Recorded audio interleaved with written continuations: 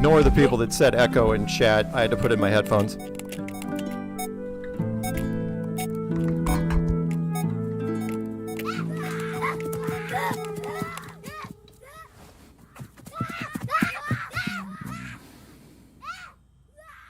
Space, the boundary of human achievement, the new frontier.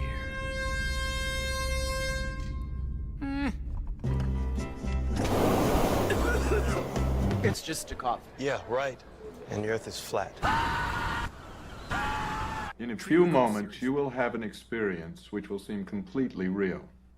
It can be extremely harmful and result in severe trauma. You have 5 seconds to terminate this tape. 5, 4, 3, 2, 1.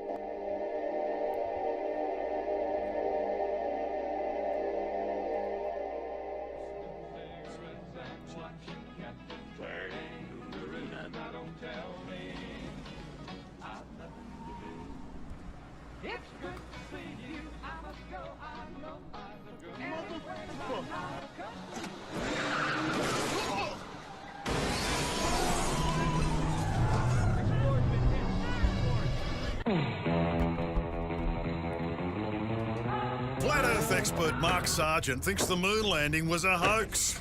Technically, the moon itself is a hoax. Right, but betting with Sportsbet's new iPhone app? I could do this standing on my head. Thanks, Gravity. Sportsbet's new iPhone app. It's Hold on, foolproof. I know how we're different. Do you believe the Earth is flat? I know it's flat. I walk on it. Holy sh**. Do you think the Earth is flat, Snoop? What do you think? It's a flat world after all. Smoke weed every day.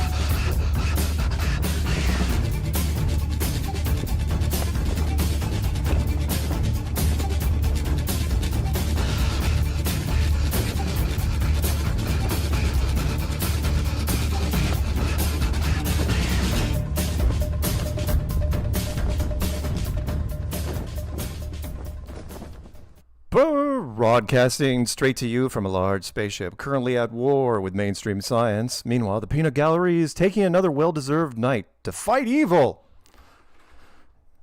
Come back soon, Peanut. Welcome to Strange. No, seriously, prayers for Peanut. I don't know what's going on with him right now, but it's family related.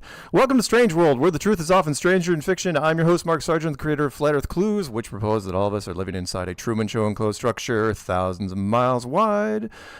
Just Google Flat Earth Mark. If you can't find it, well, you're just not very good at the internet. Currently, the show is on Tuesday nights at 7 Pacific, 10 Eastern. And yes, Caroline, if it is not October 1st, 2024, then you are listening to a rerun.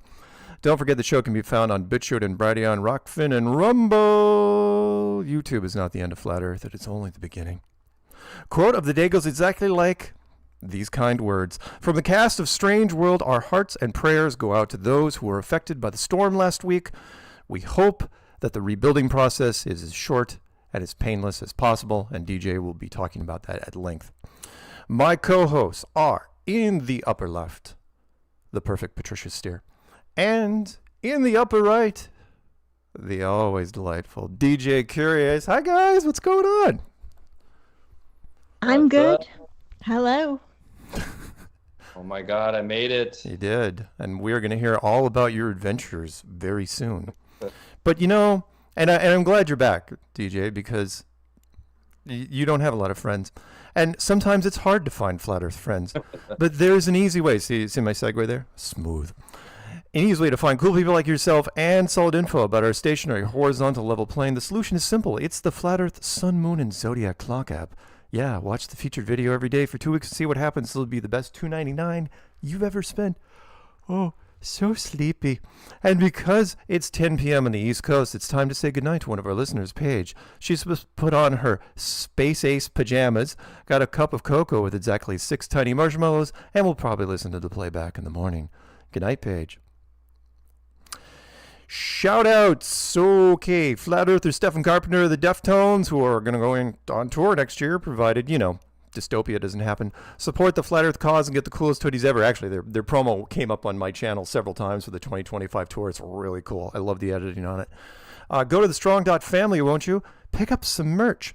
Also, shout out to Zulu1, longtime listener and caller of the show, for doing a simulcast stream on his channel, also called Zulu1. Mailbag. Oh, hey, we got a couple mail things. Let's see. Rob, longtime listener to the show from the UK, sent me, I only do Flat Earth stuff. He sent me a postcard from Selkirk. You guys have ever been to Selkirk? And he sent me some Flat Earth pins with the cool compass, which I was going to mention to Patricia earlier. Oh, nice. But I forgot, which was, because you said there's a weird thing on that platypus shirt. I go, that you mean the weird thing? Hey, DJ's got some merch. And the weird thing you're talking about on the shirt, wasn't that David Weiss's compass?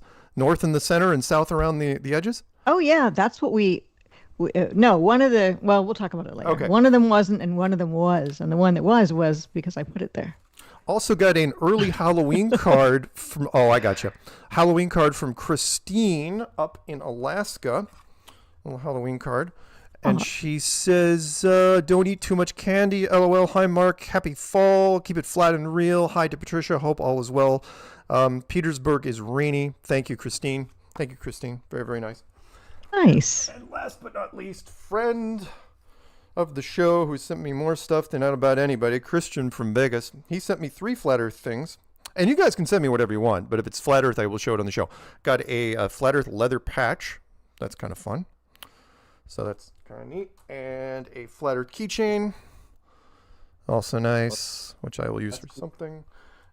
And another Flat Earth iron coin, which is, let me see here. Yeah, the Iron Guild. And what I'm going to do with those, I put a pretty strong magnet, and I use that as a kind of a decorative refrigerator magnet. So very nice. Cool. Yeah, so that's kind of cool. Let's see, meetups. Who's got the meetups? Got lots of merch too from everybody. I can go show it off later. You can show it off now if you want. What do you got? Let's see. Well, Sander and Stephanie from the Netherlands made some really cool coaster. It says Flattoberfest 2024. Nice. And then let's see. Oh, Richard gave us some cute pens. We got magnets, little frisbees, flat earth frisbees. Oh, Tony Chocoloni. We got some. Tony's Chocoloni. Nice. Yeah, look, so cute. Oh, God. Oh, Choco Lonely. Oh, yeah, Choco Lonely. I've seen that around in grocery stores here in Texas. Nice. Oh, really? I wonder if it's good. Never tried. They're big bars, though. Yeah. That looks great. Yeah, you won't be lonely after you finish that. What else did you have, DJ? So much merch. I mean, shout out to Carol. I love her soap, her charcoal soap, so I got to give her a quick shout out.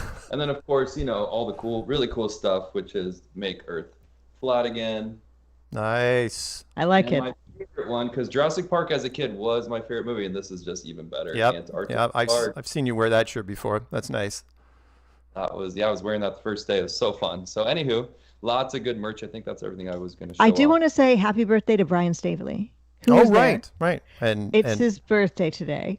And I hope cool. I'm not stealing any of DJ Curious's thunder, but he did some broadcasts from the event, and he was really wanting to give shout outs to the Hampton Inn, because the Hampton Inn was very helpful with getting people who, some weird way were displaced by the whole hurricane from the event. Places to stay, camping, just really great. Like, people just, I don't know, a lot of time businesses are disappointing in the way that they handle adversity and they don't care. You can tell they don't care. But in the case of the Hampton Inn there, just really, you almost want to like write them a good Yelp review, even if you didn't go. That's what people should do too. Yep. Anyway. I've got very true point. Good point. And Brian's video that he did, the 10-minute kind of thank you to the Hampton, aka yes. the Hampton Inn, was great. So I watched that today too. Yeah. We got 3 meetups really quick. First one's going to be October 12th at the Sorrel Bar and Grill. That's 1400 Bedford Street, Abington, Massachusetts. That's going to be Jesse's. You can RSVP him by calling him at 781-857-9175 or email him at 300kmileprius@gmail.com. There is also another meetup at, let's see here, October 12th in Kansas. That meetup promo is on my channel. October 26th, Minnesota. That one is on my channel. And a quick shout out to Regina Shaw, longtime flat earther. She is opening a flat earth herb store. It's called Flat Earth Herbs. It's in Brownsville, Oregon. Its grand opening is October 4th, 10 a.m. to 4 p.m. 240 North Main Street in Brownsville, Oregon. Join us, celebrate opening this community store full of wonderful things for your health and happiness. So very cool, Regina. Hope it goes well, and I'm very, very excited for you. Let's do this before DJ gets into everything that is conference. Let's run the Fast Earth clue of the week, which is called Spacesuit. 60 seconds that'll change your life, and you'll probably notice that DJ's in it. Well, because he's cute. Here we go. Friends message me saying, Mark, what's the deal with spacesuits? Well, the deal is that suits in movies do things that are not possible in real life, but you accept it because it's been burned into your brain again and again. Let's face it, you've watched way more fake astronauts than real ones. Oh, wait, they're all fake. The main point here is pressure and what it does to things. Most people don't even know what they are breathing in, let alone the air pressure that surrounds them. If you believe in science and space has no pressure, and the law says different pressures will equalize without a barrier, it's why all gases we use are kept in metal containers. But that's a problem. Any soft container will expand until it explodes, but this doesn't happen with a spacesuit. No one in science has ever emailed me about how that works. I even offered a spacesuit challenge to drive the point home. Loan me a suit from any era, they all work just fine. Not sure why you kept changing it. Then put me into a vacuum chamber and pull the lever. Tell me how I stay alive in there. No one would touch it because if it was a trick, I could solve it by using a glass of water, a balloon, and a bell. The water boils, the balloon explodes, and the bell is silent. You should know this, by the way. The spacesuit is a lie because space is a fairy tale told to you by people in lab coats. The world is flat. Do your own research and look past the tricks. Whatever. I'm done. And there we go. Really good. Thank you. And again, appreciate the emails from people that apparently didn't remember my challenge, which is, look, I don't mind. They're not going to put me in a vacuum chamber. It's like, they could kill you. And it's like, no, they're not. Because I can't, which is why I mentioned the trick. I could tell you if it was an actual vacuum chamber with $4 worth of materials, which they'll never let me do. So that's kind of the kicker there. It can't be a real vacuum chamber, or yes, it would fail. So there you go. And again, big risk, big reward. Why wouldn't I put myself out there? Seriously, it'd be awesome. Die for a cause. Okay. So there was a conference. The title of the show is called A Conference, a Hurricane, and a Spacesuit. You've seen the spacesuit. And the conference, which was supposed to be just a generic outdoor Flattoberfest concert, was anything but. Why? Because a hurricane decided to show up at the exact same time we were doing it. And a really powerful one, too. Yeah, and DJ made his way down there from Los Angeles. How'd that go, DJ? Oh, man, you guys, it was crazy. I am a mixed bag of emotions, and there's so much to cover that I just hope I can do it justice. Because honestly, it was an experience. It was like a apocalypse, just fantasy / event of the freaking lifetime in my mind. So I just want to shout out to the people there that I'm so grateful for meeting all of you, and for the support that I felt in everyone's presence, and how it was a story like Lowry, I think he said on his show, which shout out to the Sombrero. They did an awesome job covering in real time what was happening in the experience there. So if you want to see what it was like, you can check it out on the Tinfoil Sombrero. Awesome job, guys. But yeah, I mean, talk about nothing going as planned, right? No. What? So you were delayed a little bit in DC on your way down. Yeah, I mean, look, from the very moment that I got there, my Uber driver was kind of interesting because he immediately starts talking conspiracy. So already I'm like, this is going to be fun because why not? Yeah. And so he ends up getting flat smacked by the end of it because he just shared so much with me and was just eating it up, all the kind of steps that it could take where this lie could be true. And ultimately the lie points towards truth, which is that we're in God's terrarium, right? So that's kind of a big freaking blue pill, red pill moment where he basically asked for, you know, to be red pilled by the end of by we got out of the Uber. In fact, he was so excited that he took off with my bag. So my experience, which guys, I can only really explain what I went through and what my observation was about my takeaway. I mean, it starts off on the wrong foot from the moment, well, good foot, but when he drives off with my bag, I'm literally chasing him at the airport, running, going, oh my God, my suitcase. Cause I think he was frazzled. Oh, sure. So yeah. So then I had to call him. I got my bag. I go up to the terminal and they're like, oh, your flight was canceled. I'm like, what? I just spent an hour getting here. So I'm like, okay, what do I do? What do I do? And the guy was not helpful at all. I was trying to be as patient as I could. And I'm like, well, what are my options? And I'm trying to track the storm. I'm like, I don't even know where the storm exactly is. I don't know what's happening. I don't know where to go that's nearby. So end up going, hey, just get me to DC. I feel like if that's safe, I'll be close enough. And then I can get a connecting flight the next available. I get to DC. I had booked a hotel kind of quickly on my phone for the next night. So then they're like, sorry, you don't have a room. And I'm sitting there in the lobby going, okay, great. I'm going to just figure this out. They luckily get me a room. I check at 3 a.m. for the next available flight, which was going to be at 8 a.m. canceled. I'm like, oh my God, it's just total destruction or something's happening. And I'm like, okay, what's the next available flight? 12 noon. Oh, perfect. That's the one. So I wake up, I check the flight 2 hours before, not canceled. And that was where I just get to the airport. It's an hour flight, land. I get it. Luckily, there's an Uber. The storm had, subsided. The sun was starting to poke through. I get right to the hotel within 20 minutes. I walk up. The hotel power was out. So I'm thinking, I just Ubered here with no idea what I was getting myself into. I have no idea what the extent of the damage is. I'm not able to check, I have no clue what's going on. That's all I can tell you guys. Right. And I hear somebody, and at the front desk, you walk in, it's pitch black. They have only the light coming in from the windows. I look around the lobby and there's caution tape everywhere because apparently something had collapsed. There was leaks onto their desks. There's towels all over the front counter. They are looking at me like a deer in the headlights like, hey, we can't even give you a room because, first of all, you were a no-show. I'm like, no, I called the day before. They're like, well, we're figuring it out as we go. We don't have power. We don't know if we're getting power back. They're telling us it could be a few days. So in that moment, I just sit there and I'm like, okay, well, I have 50% battery life left on my phone. I either turn around and get an Uber back to the airport where there's some power, maybe charge my phone and figure out if I want to take a flight somewhere else and come back, or have some faith that God is going to provide and that because I was feeling called to be there. I wasn't thinking about, am I going to be uncomfortable? Are we, is this the right thing, the wrong thing to do? I was just thinking, I have to get there. And what I overheard in the lobby was somebody mentions biblical trees. And I was like, ooh, biblical trees, turn around. It's a really sweet guy. And I walk over to him and he goes, and he's sitting there and I'm like, are you here for Flatoberfest? He's like, yeah. I'm like, oh, me too. I just got here. I didn't know what's going on. I'm like, dude, where'd you come from? And he's telling me he just drove a few states. And I go, I saw he was charging his phone and I said, would you mind if I juiced up? Because in that moment, the only thing that was giving me any sense of security was the fact that if I have my phone, I can get an Uber and I can get out of there if I have to. Right. But if my phone dies, it's literally like I have the money that I came there with, I have the clothes and suitcase that I brought, and no guarantee that I have a room there. I have no idea where everybody else is. And it was just a moment of, what are you going to do? Right? Right.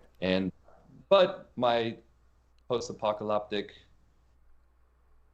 video game scenario in my head was like, all right, let's freaking go, because I know I'm not going to die. I know probably that the flat earthers are going to come together. They're very resourceful, and I'm excited to see everyone. So as soon as I'm starting to assess what I really want to do, Tony Coriolis walks up. Hey, shout out to me. And he is just such a great guy. He's the epitome of just chill. He's got great grounding energy. And he goes, yo, DJ, what's up? And I was like, dude, what's going on? Where is everyone? He's like, actually, we're setting up in the back. everybody's out there. I was like, oh, really? He's like, yeah, let's go. So then I tell my new friend, Sean, I was like, hey, unplug the phone. Sean, you're a lifesaver. Thank you so much. You just gave me that sense of calm that I needed. And Tony, and I'm like, you're our new friend. You know, it's like, let's go. We get to the back parking lot. We have a few people out there, and they just start setting up chairs on the grass. And the word on the street starts to spread that, hey, everybody's coming here to the Hampton Inn. Okay. And I'm like, oh, perfect. So at least we're going to hang out. My phone battery's up to maybe 75%. I'm feeling like, all right, I got this. And let's see what's going to happen, right? Well, you know, within moments, it feels like you see Carl, he was already there with Valley Parks, and I start to see other people, and they're trickling in, and Richard and that gang, Sanders, Stephanie, they show up, which they're all so sweet too and cool and just very welcoming. And you feel, okay, the Flat Earthers are here, so we have at least somebody to hang out with. Sure. Which was, again, just kind of like, well, what are we going to do? So I'm going to try to go as slow as I can. But that was the initial reaction to everything. And people were feeling called to be there. And if you had that call and you answered it, it turned out to be a weekend to remember. So.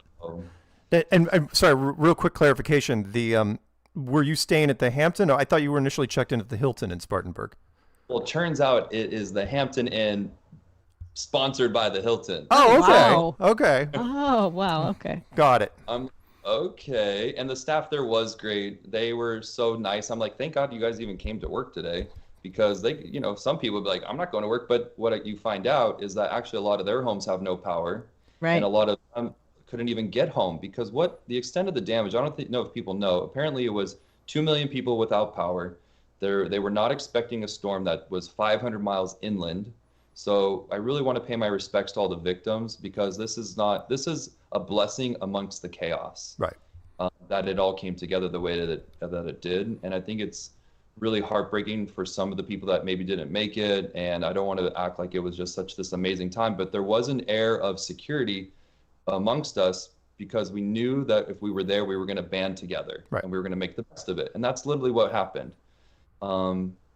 So I then decide, well, it looks like I should stay. Maybe I can go in there and get my room. And I talk to the front desk, and I say, look, I called last night right before the power went out. Literally, it was like 2 a.m. And they told me that my room would be fine. And they go, okay, here's what we can do. We can write your name on a piece of paper, and we'll give you this key, and we'll walk up with you, and we'll open up your room for you, because Tony was kind enough to let me leave my bags in their room, so I didn't have to worry about it. Mm-hmm. So I get bags from Tony. I go to the room.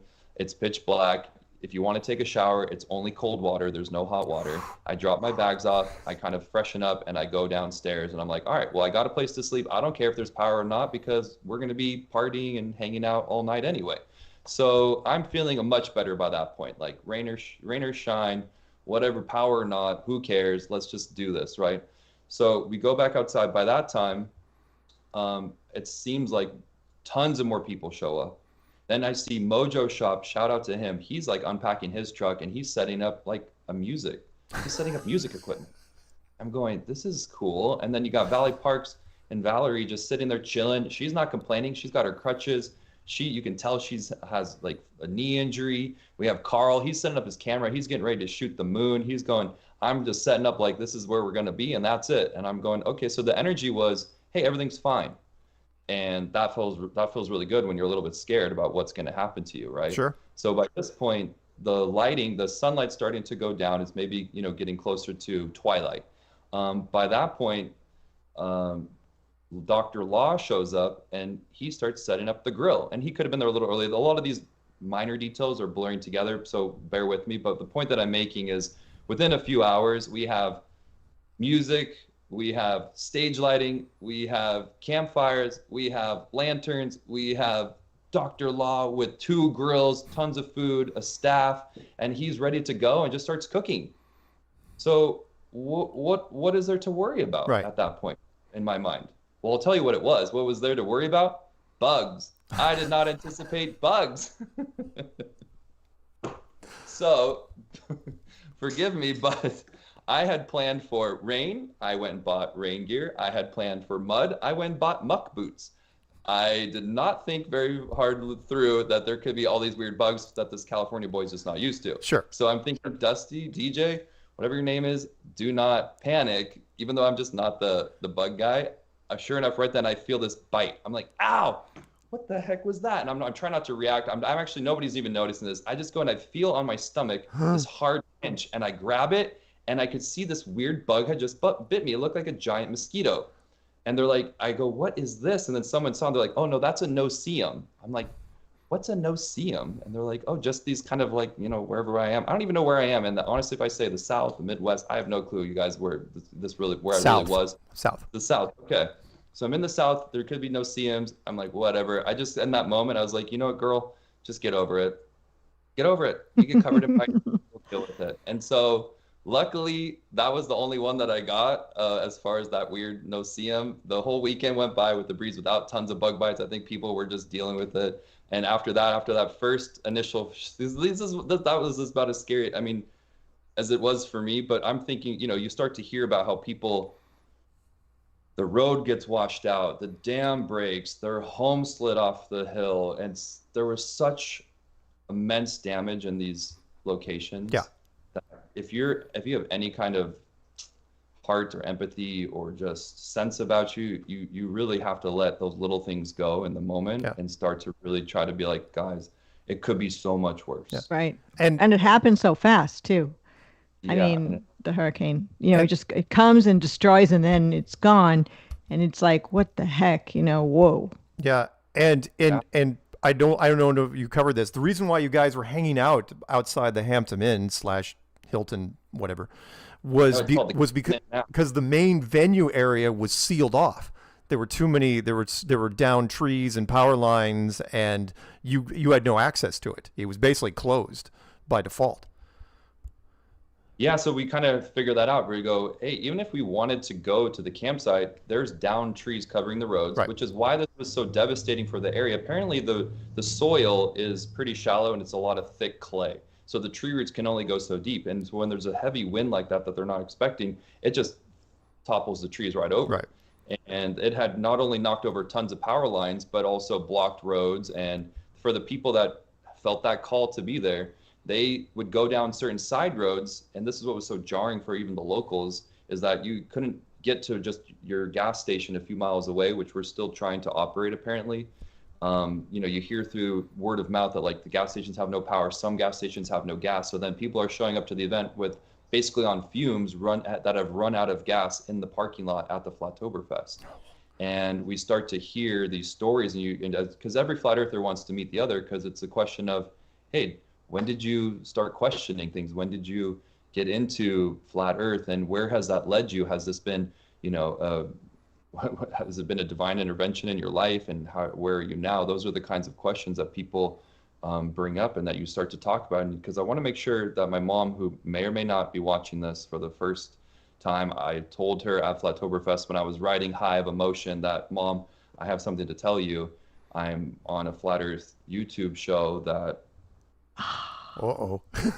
That's wow, that's deep. Oof. Feeling so, you guys, there was like, I haven't been in a disaster situation of that magnitude, but really it was everyone coming together, making you feel seen, making you feel like whatever you need, we're going to get it for you. And that is a very powerful feeling. I mean, I would imagine if you're God's children, then these were your brothers and sisters. Yeah. And so what I'm trying to say to my mom is that this is not about the creation. This is about seeing the creator from his signature on the earth. And there's a lot to get into, but just a sneak peek to later in the show when Whitsitt starts talking, and he spells out how truly mystical and incredible and wondrous this world, this terrarium that we're in. This is God's perfect location for his most prized creation. That's what humans are. And when you can see solid ground with your own eyes, and you can feel the hearts of your fellow brothers and sisters who have gone through the ridicule that every flat earther experiences when you start to come to terms with this, because the way that evil has positioned itself is that not only does God not exist, but neither does Satan or evil, and that it's just based in mankind's ability to evolve and adapt into better and better with our options in the stars that will carry us forward.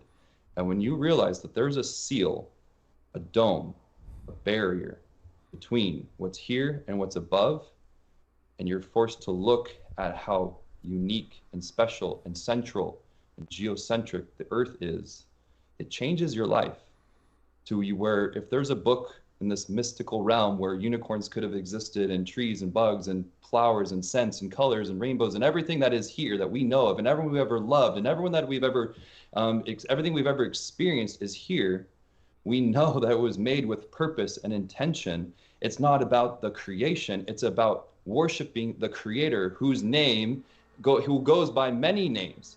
And there's, in the flat earth community, it's all about getting this name right. Oh, you're going to get the name right, and then that's not the God that I worship, this, that. Sometimes you kind of feel like that, where there's these people worship this, and these people worship that. What I want to tell you is God goes by many names. He goes by the Most High. He goes by the Everlasting Father. He goes by the Mighty Counselor. He goes by the Prince of Peace. He goes by Yah. He goes by Yahweh. He goes by Jesus. He goes by all these names that you can look into and decide for yourself who the Creator is. But this is a message from Him to all of you, that it is time to look up and know that your redemption is near, because love is going to overcome the world. And that was what this little microcosm of all the disaster around the flat earthers, where God has protected his people in times of need. He can do anything he needs to and wants to, and he knows what you need before you need it. This was an experience in every way, shape, and form of that moment. And that's why it was so fun, because once you know that, you can have joy. You can have nothing but joy. I mean, what are you going to worry about? There's nothing to worry about. Yeah. The end is written before the beginning. You were thought of before you were married. You were thought of before you were in your mother's womb. So you can let that stress go when you start to see through the veil. And what I can tell you is that this weekend, the veil was lifted, guys. The veil was lifted. The Heavenly Father has provided sight so we could have some security, so we can have peace of mind. It's the peace that surpasses all understanding when you start to see that he is real and he loves you. So yeah, I had a dance party in the middle of a disaster, and I wore the lab coat. And I have no problem being fun and silly anymore, because I don't care what this world thinks of me. I don't care anymore. I just want them to know that this is not all there is. I just want them to know that we were blessed. We were blessed to be there, and we all knew it. And when you were there and you experienced it, you were so happy. And maybe not everyone had the perfect experience. I obviously can't speak for everyone, but I tried my best to talk to each person. I tried my best to hear and learn who they are, to feel what they felt, and to make them feel seen, and for them to share their story, and to tell them that, hey, we are having parallel lives. A lot of us are having parallel experiences. And what it's doing is it's giving us faith. That's why the flat earth is important. It's not about the creation. It's about solid ground to stand on, so you can look up and go, I see you, Lord. I see you. I feel your presence. This is not evil's story that's playing out. This is his story that's going to unfold, and it's going to unfold his way. And that means he's going to have a good time, because God doesn't do anything without doing it right. And when he wanted to tell the story of good and evil before he created, he talked to himself and said, are we going to do this? Yes, we are. And you know how it's going to go, right? It ain't going to go right. It's going to go really wrong for a while, but we're going to have a solution, right? Oh, of course we are. And then when that solution is there, it's nothing's more beautiful than thinking about the creator who became his own creation in the form of a man and died for all sins. He wanted you to know that, because he loves you. He humbled himself into a human form and told himself, I don't need to know everything right now, because I'm God and I can't fail. So I'm going to walk with my creation, and I'm going to talk to them, and I'm going to love them, and I'm going to teach them, and I'm going to learn myself as my life increases. And as my life increases, I'm going to know more of what's coming, and I'm going to prepare you for what's coming. And when I die, I'm going to overcome death and take the keys to death in my hands, and I'm going to laugh in the face of adversity, because there's nothing for me to worry about. And that's what he did. That's the story of Jesus, who then ascends to heaven. And so all these things open up. Well, what about the Father? What about the Son? What about the Spirit? God is beyond all those things. He's not just the Father. He's not just the Son. He's not just the Spirit. He exists in our reality and outside of it. It's like when you play Mario, Mario's in the game. You're holding the control outside of your TV, but you're controlling it and you're controlling Mario. He's your avatar in the Mario world. God exists outside of our reality. When he decided to create and said, it's time, I know it's going to go bad. I have the solution. They're going to love me for it. I'm going to teach them how to love me. I'm going to teach them what love means. I'm going to teach them what trust means every day of their lives. And I'm going to beg them to listen to my call. And when I finally do, when we finally do, we're going to know what the love of God is, and it's going to surpass all understanding. And so God exists outside of reality. When he's in reality, he's in the form of Jesus, and he is there to interact with us, something that we can see because God is invisible. He is the image of the invisible. He is not separate. He did not create an image. He put forth an image, like when we breathe and our breath comes out of us. That is the Son. And in that moment, when creation was where we're at in creation and where we're at in the story of good and evil is today. And as this world starts to fall apart, and we hear more about the injustice, and we hear more about the suffering, and we hear more about the pain, and we hear more about the hate, and we hear more about the division, God's plan is unfolding. We're exactly where we're supposed to be. And if you're a flat earther, you have a piece of that truth that you needed so that you would believe this message. That's why flat earth is important. That's why the community comes together and had to be there. That's why they will take 300-mile detour to get out of harm's way and get there to be with their brothers and sisters and to just hug one another. Because you're a human and you love your fellow human. That's what you were born and made to do. You were born and made to love each other. You were born and made to enjoy the earth as one and to be one touched with the Creator. So yeah, we're supposed to have a good time because he says you will recognize them by their joy. So never forgetting to laugh and to pause and pump the brakes and be like, it's not so intense, DJ. But they gave me a microphone and something happened to me. And I really want to get to all that fun stuff, but this is what my takeaway is. And this is why I want to stop the division in the flat earth community. If you don't believe in this name or that name, God goes by many names. Stop saying that you're right or wrong. I don't know if I'm right or wrong, but I'm just telling you, this is a feeling. This is my perspective. If you like it, come talk to me. If you don't like it, I love you anyway, and we'll give you more time. Teach me then. Show me then. Because what else is making sense in this world anymore? Nothing. Nothing makes sense anymore. The veil that is over our globe friends' eyes is that evil has brainwashed them since they were born to hide the existence of the Creator. Do you not see that? Our globe brothers and sisters? Do you not see how unfulfilled you are? Do you not see how much pain and suffering that you've endured that you think is for nothing? Do you not see that your hope is not in the stars? Your hope is here with each other, with your family. This is not the forever experience. This is the temporary experience until what's to come, and it's on God's time, and it's on God's terms, and he's going to do it right, and he's not going to leave anyone behind. And you're in the palm of his hand, and evil is toiling away, and it's going to get desperate.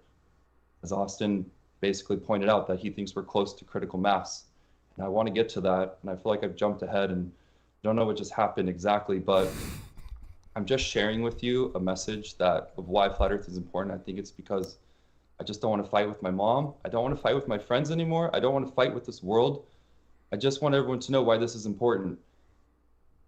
And it's so heartbreaking that we just can't have the conversation. And that's why people drove and did everything they could to be there with each other. Because it was worth it. And we're going to go to commercial break. Not yet, we're not. Oh, no. You think I'm going to stop you from rolling? I do have a follow-up question. By the way, DJ, that was wonderful. Thank you. I hope your mom was watching. Yeah, I hope so, too. That I love you. I love you. I forgive you. Forgive me for everything we've ever said to each other, we've ever done. I love you with all of my heart and my soul. You are my mother. I honor you. God chose you for me as my mother. And everything we've ever gone through, which, guys, it's been a lot. I just want to have peace with you. This is the peace that surpasses all understanding, Mom. So, please forgive me if I said anything offensive to anyone. Please forgive me. I'm just trying to make sense of this world. And thank you for listening. I guess I should tell the rest of the story. So, and wait. What happened? Yeah, no, and then, real quick. By the way, I have to chime in really quick, which is I've done a lot of different conferences over the decades. Different types. I've been to everything from a wood stove conference to Comic-Con to music festival, everything you can think of, right? And with something like this, I can tell you right now that if a hurricane was heading towards a conference, that conference would either be canceled or everyone would just turn their asses right around and head home. It's like, no.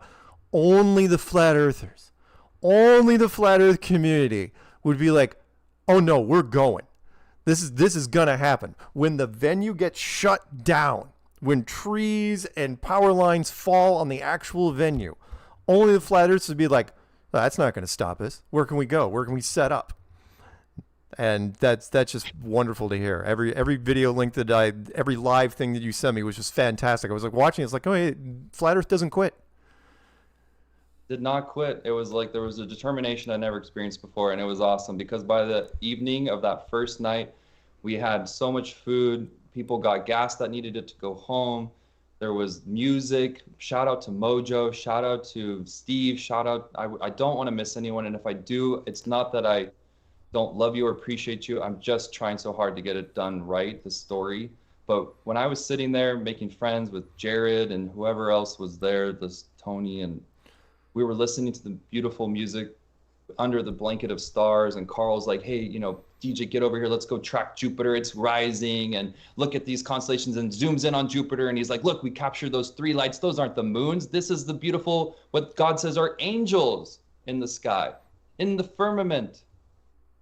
Maybe Jupiter's something else. It could be, there's so many, it's fun to just ponder, but we know they're not giant gas balls billions of miles away. That's literally the definition of gaslighting. It's a lie, everyone.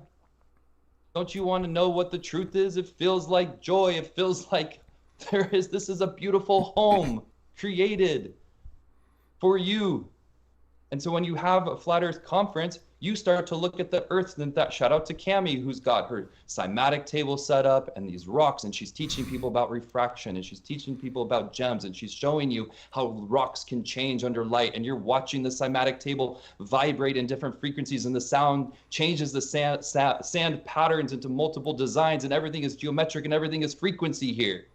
It's not gravity. It's frequency, it's vibration, it's the word. In the beginning was the word, and the word was with God, and the word was God. That was a vibration of creation that we exist in. The flat earth is the simplest way of saying it. To be perfectly honest, flat earth is complex.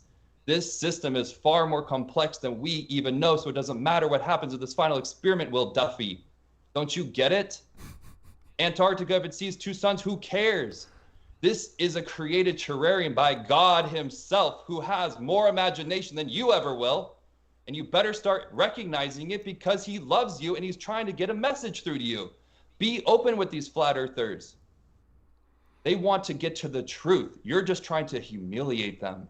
And if you're not, prove me wrong. And you know what? We're calling your bluff, because we're not afraid to go who's going. You can't do anything to make it look foolish anymore when this place is a beautiful timepiece. Learn about the flat earth theory in its entirety and stop lying that you haven't, or do something.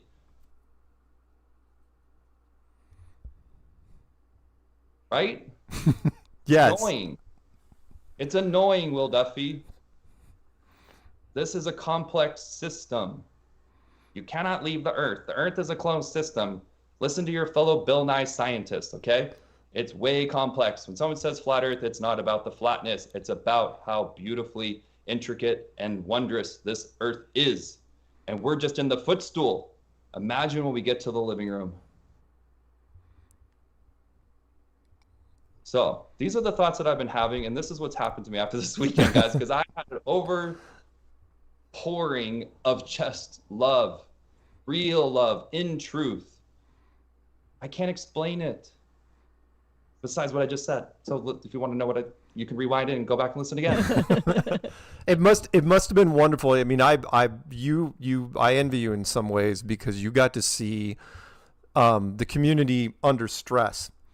And the community under, I've seen them under various levels of stress, but not like this, in the middle of a storm section where all around them is devastation, and they're trying to get there. They're doing whatever. I mean, the Jerome kept calling me and saying, it's like, where is everybody? I need to meet up. I don't know. I'm lost here. Because and I finally got him the message, and you could tell his cell service kept dropping, and it's like, I knew he finally ended up somewhere good. You ended up running into Jerome, right?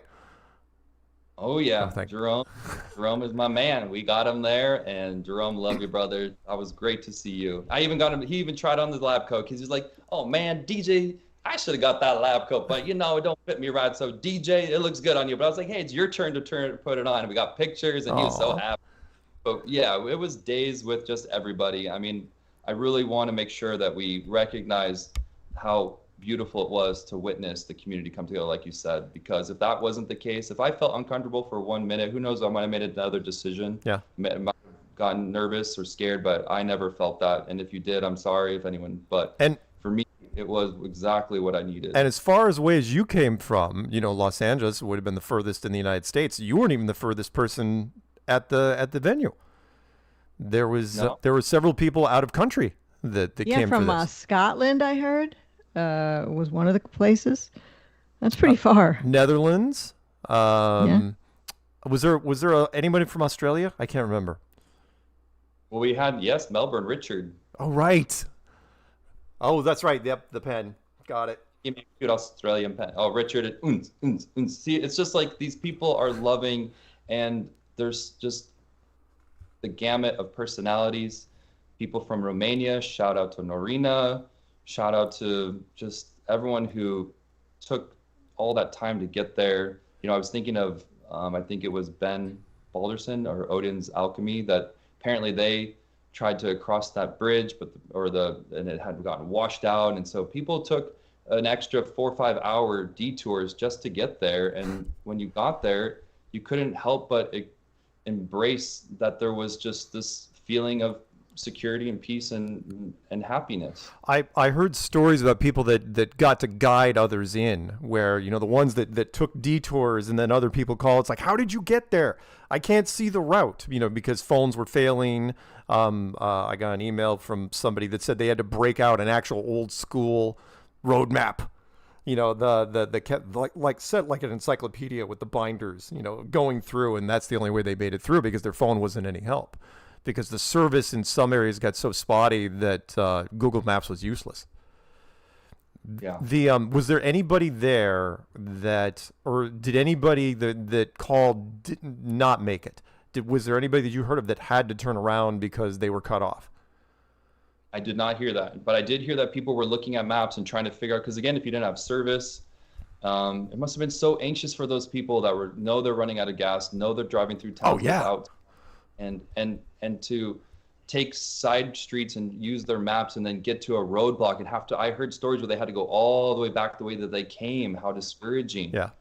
Right? Because all these roads were kind of squirrely and all the different directions, and it just was a mission. But I know that my point is, when you feel that call to be there, you need to trust your gut. Yeah. That's God going, I'm going to protect you. And what he wants his people to listen to that voice inside of them. So did the event go off? I mean, everybody got to talk who wanted to talk, and you guys were there from. You you didn't get there till Friday, right? Friday lunchtime, or right after, yeah. And then what happened that day was just Karen and that crew were having to kind of hang tight where they were, because they were trying to figure out if the venue was going to be able to be salvageable. They were dealing with, the fact that they lived in this area, so they had their places to stay, but kind of figuring out what was happening, and everything was happening. Looking back, it just seems like it was orchestrated so beautifully, but you know, that's because people made do with the situation. But I know Karen was really trying to figure out, okay, are we going to get to the music camp? Is there a way? But I think so that first night, everyone just kind of stayed in place where they were comfortable. And then the next day, it was like, let's assess the situation. And it made the most sense to come to the Hampton, AKA the Campton Inn, and just join the party. I mean, I was very grateful that, shout out to Nico, Rico, Lowry for checking in on me and being like, do you need help? Do you need anything? I said, no, I'm so good, you guys. Like, I am exactly where I want to be. I'm just totally at peace and happy if you guys are good. Like, I was telling them, hey, we're all actually doing just fine because of everything I told you. Food, music, lighting. And it was just a beautiful bonding evening. But by the next day on Saturday, you know, we kind of wake up and already Dr. Law's cooking breakfast. So shout out to him in the sense of just, dude, you slaved away this weekend. And if it wasn't for you, we would have been starved because there was really not many options and really nowhere to go. Sure. And thank you, because him and his team, they worked non-stop, it seems like, and they were there late. And it seemed to be done without complaining. And it was about, they were happy because like the music was right there and everyone was hanging out. And I just want to make sure they know that that was what gave me the peace that I needed, knowing there was food, music, shelter, so that we could all enjoy it. And I think that's how everybody felt. And so by midday Saturday, we're having dance party. And Lowry's on the DJ, and then we got the bands going on, and Chief Crow, amazing, OBL, One Big Love, epic. I mean, they're using these lyrics that are speaking directly to our soul, because we know how evil this world is, and I'm tired of it. I don't care what anyone thinks of me anymore. This place is evil, and it's time to wake up. Nice. Yeah. Nice. And so you guys, and so by the time, so did you guys wrap up on Sunday evening or Sunday afternoon? Nope. So then we had all day Sunday as well, where then we had more music, more dance parties. Karen B got the t-shirts there. The vendors had set up everything. So many great vendors. Shout out to them that were just providing all the fun merch. And I felt like the conference was meant to be there at that point. There was no reason to be upset. Everything was in place exactly where it was supposed to be. Nice. And we had the speakers, and it was great to hear, you know, people just wanted to get up there, whether they have, you know, they were nervous or not. They just wanted to be able to share what they were feeling. And every single person had something to offer, and every single person said something beautiful. Even if you don't think you did, you did. You were eloquent more than you know, and you were brave. And if you didn't speak, and you heard the speakers, you felt comfort knowing that they're thinking and feeling what you were. And, you know, like, it was just an exercise in humanity in so many ways. Wonderful. And Austin had a lot of good stuff that I think I should talk about. Kind of remind me to let's go into Austin's whole presentation and what he's thinking and what he talked about and what he thinks is coming, because I think that's really interesting. You got time. Hit us with Austin, and then we'll go to the break. Okay. Well, I just want to make sure we got it back up for a second, because we don't miss anything, because the Austin is kind of like the, you know, obviously that was for a lot of people a big, but I hear you. Okay, let me think. I just want to make sure I didn't miss anything, and I'm just. It's all right. Take your time. I mean, I guess we'll just have to go there since that's all I can think about. That's all right. You can always jump. You can jump back later. Well, it's important to know that to be a public flat earther, it's not about attention. I'm making the best of it, guys. It's not about fame. It's not about anything a part of the Matrix. And it was interesting because on my flight over, I watched 2 movies. 1, Muriel's Wedding, which hilarious. And 2, The Matrix, which, wow. I mean, talk about indoctrination, but in the coolest way possible. It's all about the Globers think that the Matrix can't be real because they showed us the movie, when it's literally we exist in a Matrix within a Matrix. I mean, the people are in the Globe Matrix watching this movie about robot Matrix. And so it stuck with me because of how many, you know, iconic moments are in that movie, but there's a lot of Globe propaganda in it. And it made me think about this veil that's over everybody's eyes that don't see the truth.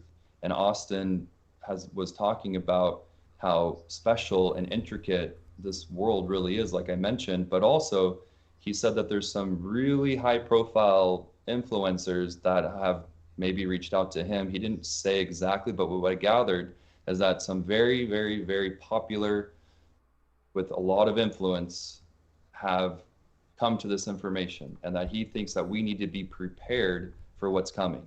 Wow. And what's coming is a moment of where the world goes into panic. And it's because the people that start to look into this talk about cognitive dissonance and how we all have those stories of the Globers that won't let us talk and the ones that get really angry.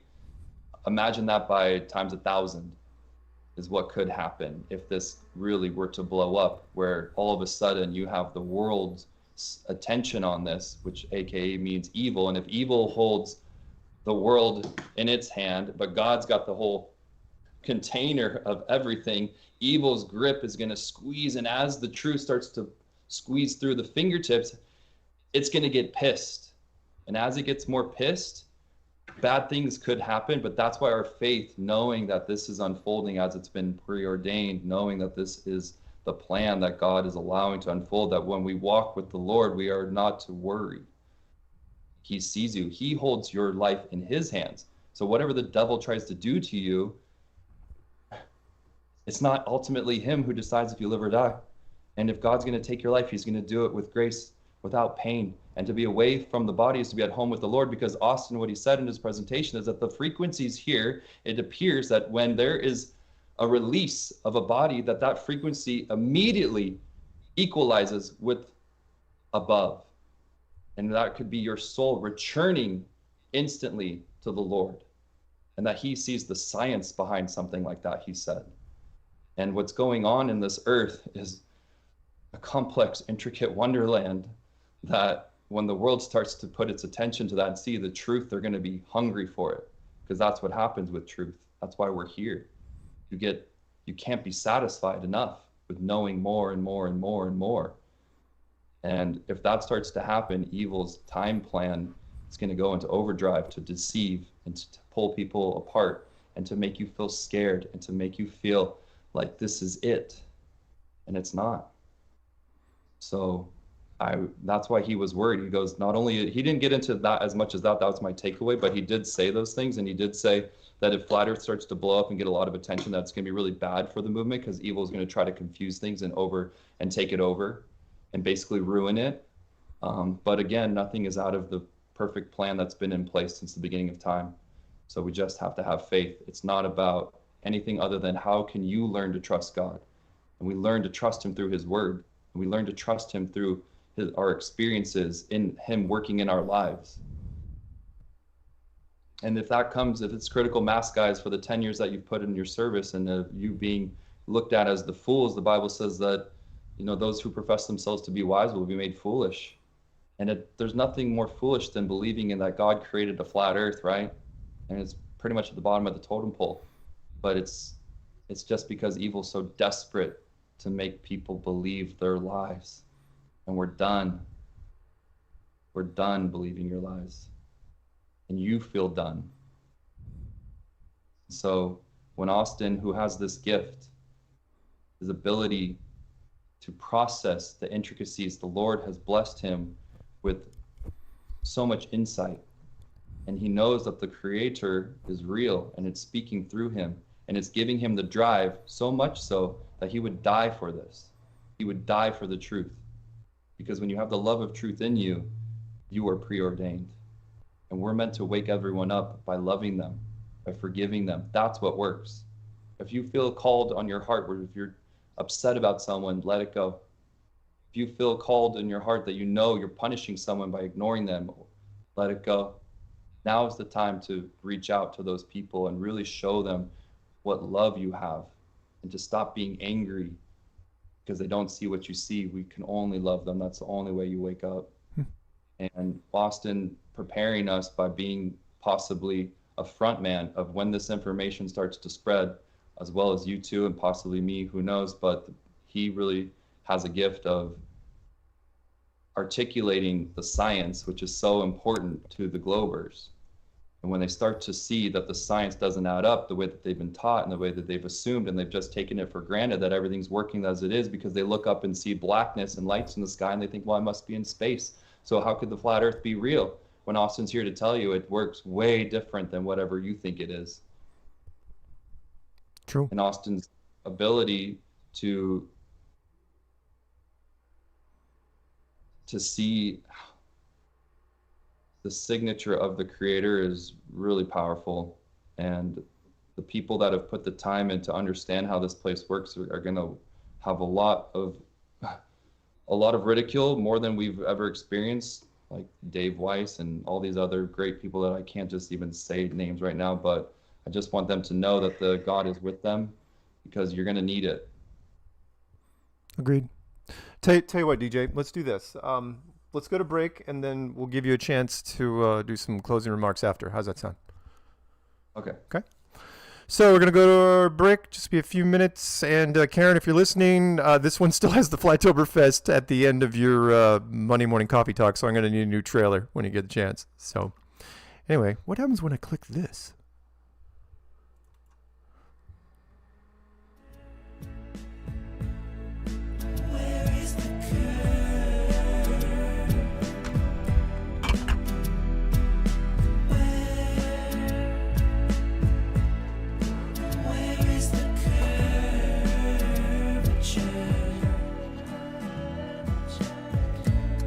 Introducing the Flat Earth Sun, Moon, and Zodiac Clock App Meetup Maker. Never miss another meetup again. You can look up meetups in several different ways. Sort by date. You can search by location or within a 500-mile radius.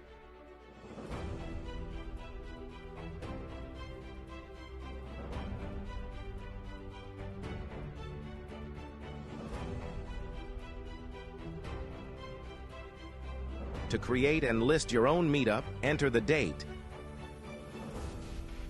Give the meetup a name, a location name,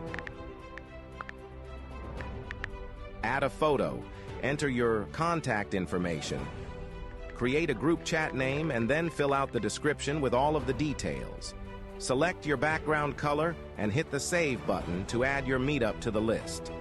Once the meetup is saved, it will ask you to create a group chat for all of the meetups so people can join the group and start a local chat community. Select Public Group, add your welcome message, and your meetup is now available for all to see. To make sure you don't miss another meetup in your area, you can select your desired radius and whether you want push notifications or email or both. Whenever a new meetup is added in your selected radius, well done, get DJ. notified.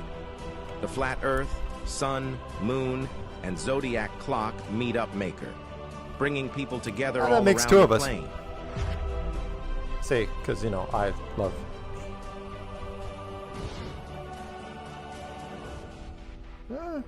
most of the time.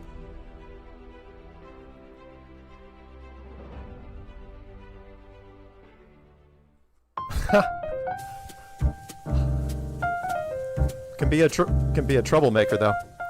Join me, Karen B, every Moon Day at 9:30 a.m. for Coffee Talk on YouTube, Or Rumble, insane. and Rockfin. You never know what you'll learn about in the coffee shop. Open topic and open phones, y'all.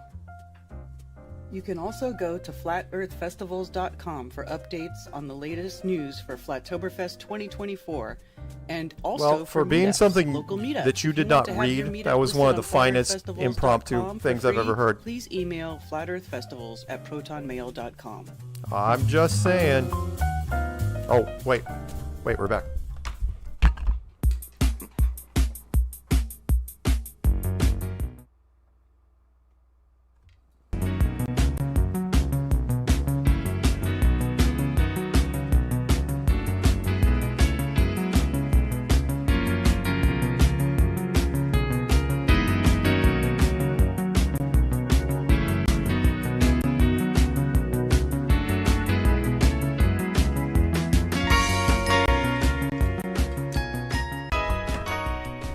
Welcome back to Strange World, part 2 of 2. It's you, me, the always perfect Patricia Steere, drinking what no doubt is straight up whiskey.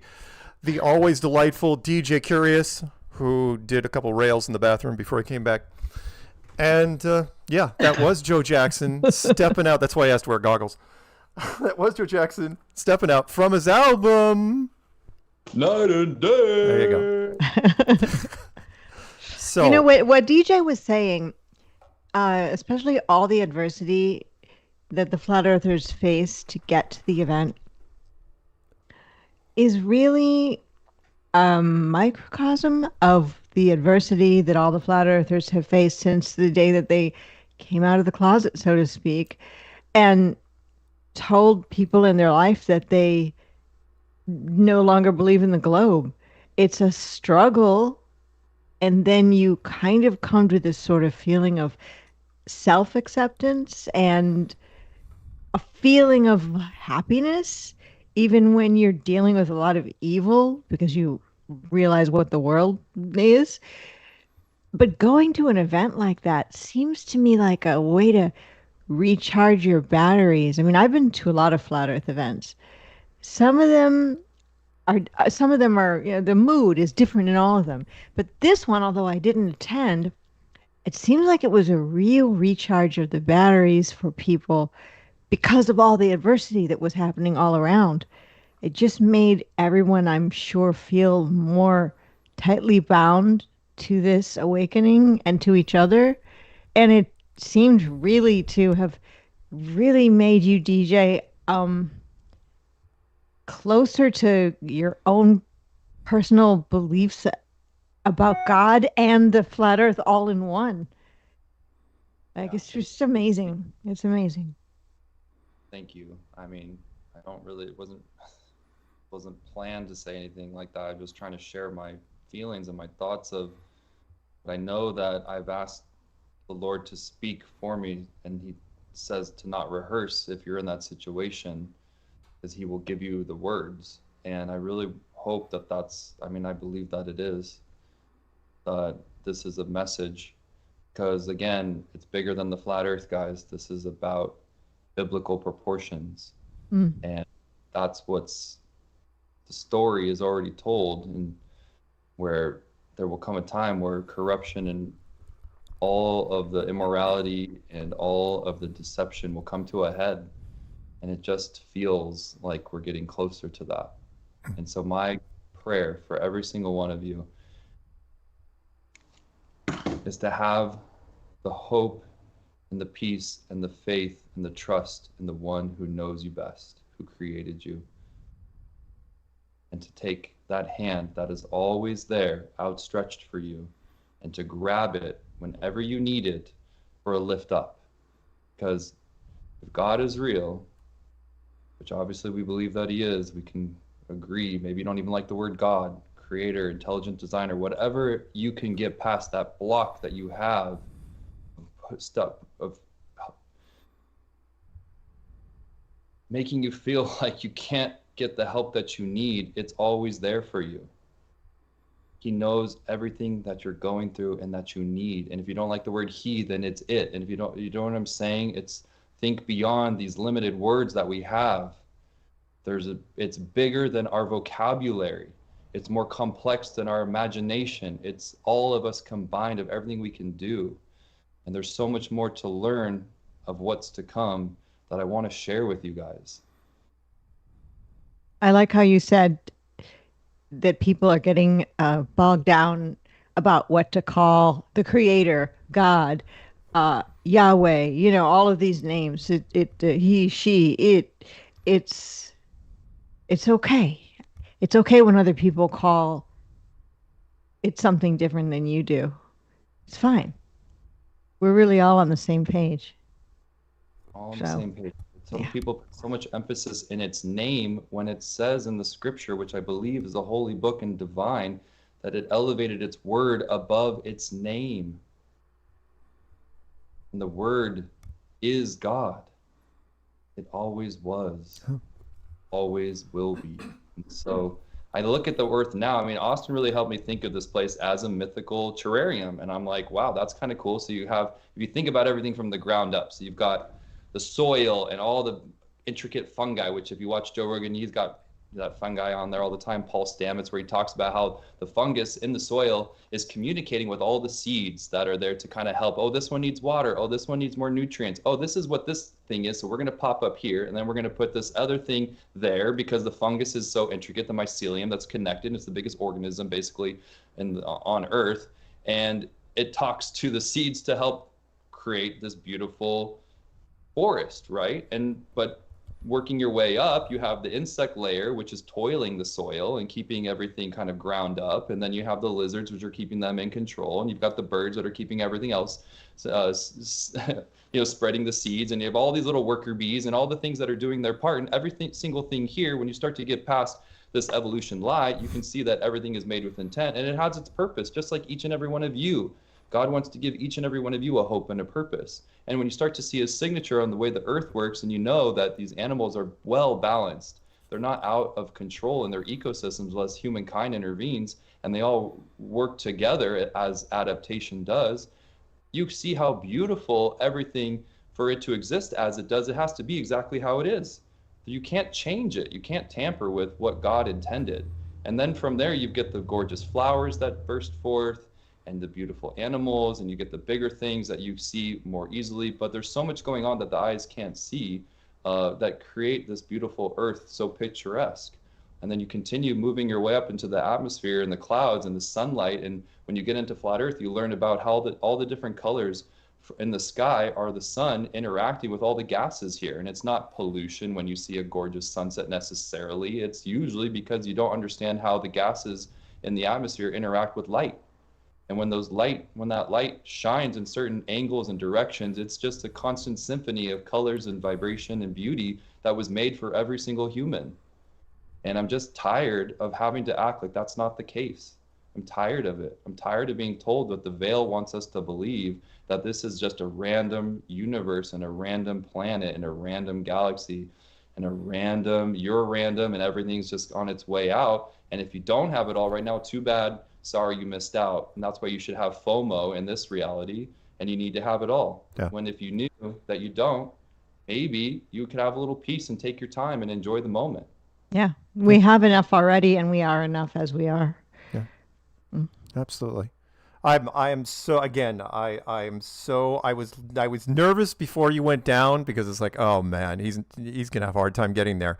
But now that you went, and not only went, but it changed your perspective and gave you a whole new take on a number of different things, to where, I mean, come on. I've heard evangelicals that don't have as much enthusiasm as you right now. And it's wonderful and beautiful to see. And I am lucky that it happened here. and I got to witness it. And God, seriously, when you play this back tomorrow, because I know you're going to, you're going to be like, what happened? What happened? This is going to be all day tomorrow. No, and again, it almost sounded to me, after listening to different people talk about different things, and by the way, shout out to Just Jack, that, who called me, because I knew he would, right? It's like, I'm going to call Mark. Doesn't matter how late it is. I'm going to call him. And I'm looking at the phone. I'm going, oh, he's just going to call back if I don't answer it. So I better pick up. And next thing you know, he's showing it around to everybody. It's like, hey, I'm Mark Sargent. Hey, it's Mark Sargent. Hey, I'm Mark Sargent. And of course, you were on cloud nine, and it was awesome. But it almost sounded like everyone, like the community. Remember, the community has been looking for a cause anyway. It's almost we've been looking for adversity in any form. Because, we don't get it from our garden variety trolls, and we don't get it from other mainstream media. And so the fact that the elements turned against us and made us, gave us a chance to prove ourselves was wonderful. It was inspiring. And I regret it. It's like, oh man, wish I would have been there. Oh, I'm sure I would have hated moments, no doubt. Especially when the hotel told me, it's like, oh no, you're going to have a cold shower. It's like, oh. That's how I felt at first, but I was like, oh, cold shower will wake me up. But what actually really happened is the power came on at 1:38 a.m. Oh, so it came on, so I got to take a hot shower. Some people might have took cold showers. Hey, it's like good for your, We're people that had rooms, because I've done this for people on various things. We're people that had rooms, said, hey, campers, you want to come in and have a shower type thing? We're Absolutely. No- That was awesome. Nice. So, yeah, let me give you some. You brought up a few things that jogged my memory. Thank you. A few things. Yeah. A, it was Nico. So shout out to Nico, Yep. who was like, DJ, let's call Mark. And she didn't have her phone, and I was too nervous to call you because I don't want to bug you. And I was like, no, and I'm trying to play it off. And she's like very insistent, which, girl, I love you for it because you were right. I should have trusted you. And she was asking around, like, who's got Mark's number? Who's got Mark's number? She got Just Jack. And Just Jack, shout out to you because what a great dude. And also Alex, his buddy. And he got you on the phone, Mark, and you picked up because he's like, I'm just going to keep calling until Mark picks up. And that's the thing. Everyone loves you. Everyone loves you both. I mean, I got to meet people that have, because obviously being on Strange World now for a few months, people recognize me. And I kind of touched on this before. When you get into Flat Earth, it's not about fame because this is the opposite of fame. You don't want to be a part of the fame system. Right. So really doing this because we want to help people out there who feel this hopelessness. And Mark and Patricia, you guys have been doing that. You did that for me, and you do that for so many people, and they just love you guys. They really do. And so do I. And it was so cool to talk to people that I never thought would know who I am, but it was more important that they were happy with, with the show, and they were feeling very, they're seeing the changes in a positive light. Like, hey, this is becoming a Flat Earth family show. It's Flat Earth news. It's a Flat Earth hangout, where we can talk about what's been going on in the community and still learn from you, Mark. I mean, everybody wants to learn from you and Patricia, but, with the clues, it really catapulted you out there because you put yourself out there, and then for both of you to be in behind the curve and to have the world turn its back on you guys and try to shame you the way that it did, but to see us back together and that Mark is still pushing Flat Earth, Fast Earth clues to keep up with the TikTok generation. I mean, it gives people so much joy to see it all where we're at. I mean, 10 years later for you guys. Awesome. Awesome. And you jogged my memory on a few other things too. The shower. So yeah, I mean, everybody had open door policy. I was hearing about people showering and using each other's rooms to get freshened up. And I gave my key out to multiple people, which is again, out of my comfort zone, even though I love people. And I think with everything that I've said tonight, it's important that I say this before I forget, that we're not called to be perfect, you guys. I think that's another misconception you need to know. We're not called to be perfect. We're called to follow the commandments, but when we fail, forgiveness is a free gift. But that means it's a daily practice, and we're forgiven by grace, and we're not saved by works. No one will ever be good enough. So if you're sitting there like, well, I don't think God is happy with me because of how you feel, that shame, God doesn't have that shame for you. He looks at you like his child. We are his children, and he just wants you to learn through your conscience. When you feel that guilt, you can ask God, I need your help. I need your forgiveness, please. When you answer your conscience, it's your moral compass. Everything points north, everything points towards God, really. And so it's not something that I want anyone to worry about with what their past has, because my past is not perfect. Me saying these things does not mean all of a sudden I'm perfect. Me feeling the way that I feel does not mean all of a sudden I have to be perfect. No, stop. The way that the globe matrix has indoctrinated you about science and the way that what the earth really is, it's also done a great job of indoctrinating you what it means to be one with God, to be Christ-like, to be a Christian, or whatever the word is that won't trigger you, because you've been brainwashed as well from the system to make Christians and people who are like Christ as crazy people, hypocrites. Stop worrying about what their perspective is of you. We're not held to mankind's standards. And when you realize the truth that God wants to forgive you freely, every time you ask for it, he's right there to give it to you. Every time. Yeah. That's important to know. It's a blessing. It feels great because once you start listening to it, you want to make less mistakes. So it changes you. You don't have to change to be one with God. It changes you when you start to see his signature and you call out to him. And all that I did the past couple of years is I took the scriptures seriously when it said, all those who seek the Lord with their heart and soul, if you seek him with all your heart, soul, and mind, you will find him. It's like knock, knock, knock.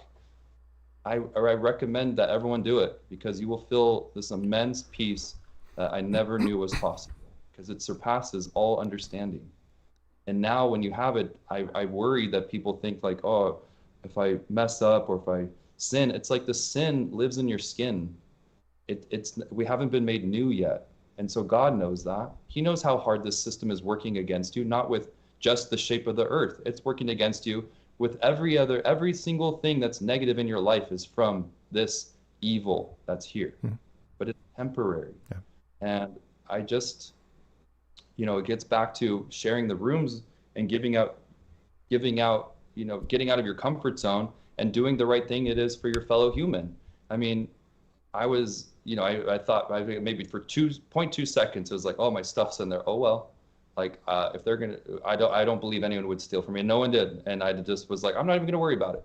And then someone needed a bed. And I was so happy to have a roommate, shout out to Valley Parks, who slept in the spare bed in my room the second night. And what a great little cutie pie you are. And I was so happy that you were comfortable, because it broke my heart hearing you were in the car. And other people, I know, but it's so cute, Mark and Patricia. She was like, DJ, let's put on a podcast. And I go, okay, what do you want to listen to? I was like, should we put on Strange World? And she's like, yeah.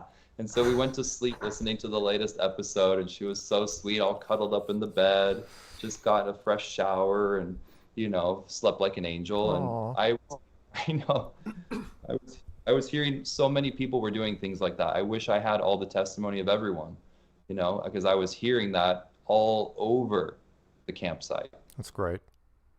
I know. Absolutely wonderful. It really was. So lots of other fun things I should try to bring up to lighten the mood here, but. Well, no, I've got to transition anyway, because I was thinking, okay. and you did wonderful, by the way. You went way above and beyond what I thought you would do for the breakdown. So thank you.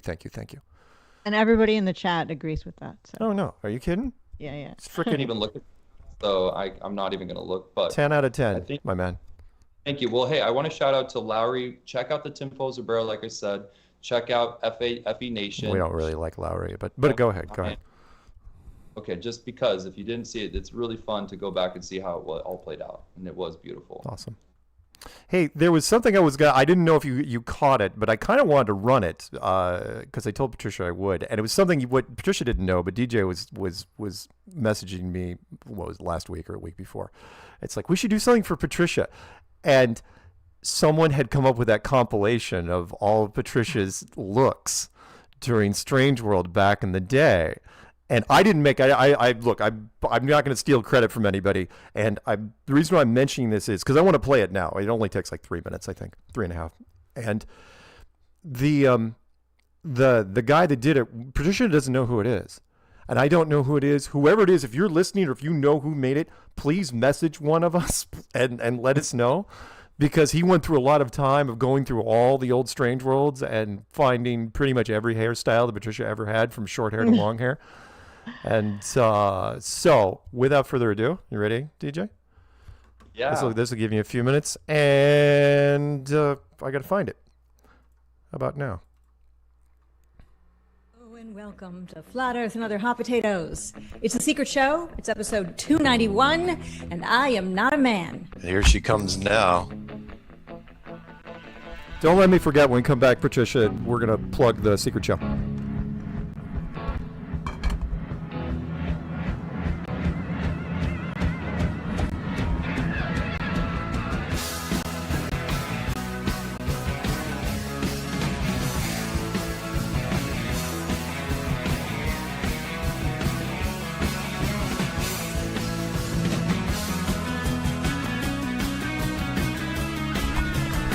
We did that to prove you actually had a real house with a real set.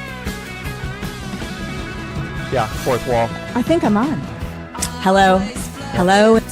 Hello. Hello. Hello. Hello and welcome. I think it's working. Oh, it is working. Hey, I'm here. It took me a moment. Ask them about the curvature. That was behind the curve. Very 69. So it's 69-ish with the dress. So. Those are our drinking shows.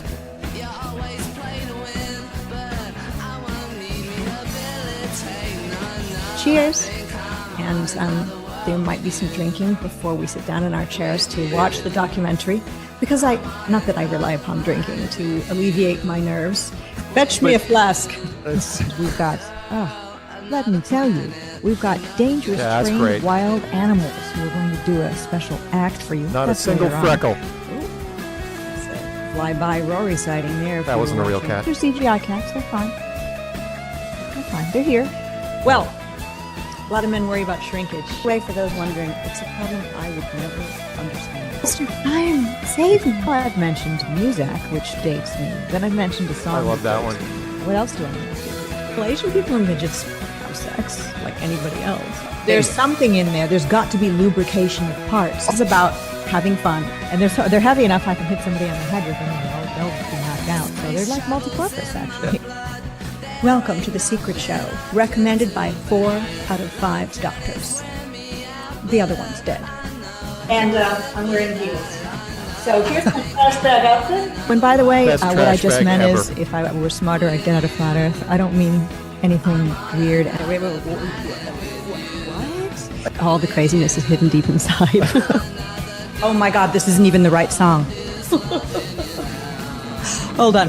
I really need this weekly conversation. My friends and family can't handle the truth. Yep. Said it before and I'll say it again. I have never met anyone with so many different looks, all of them fabulous.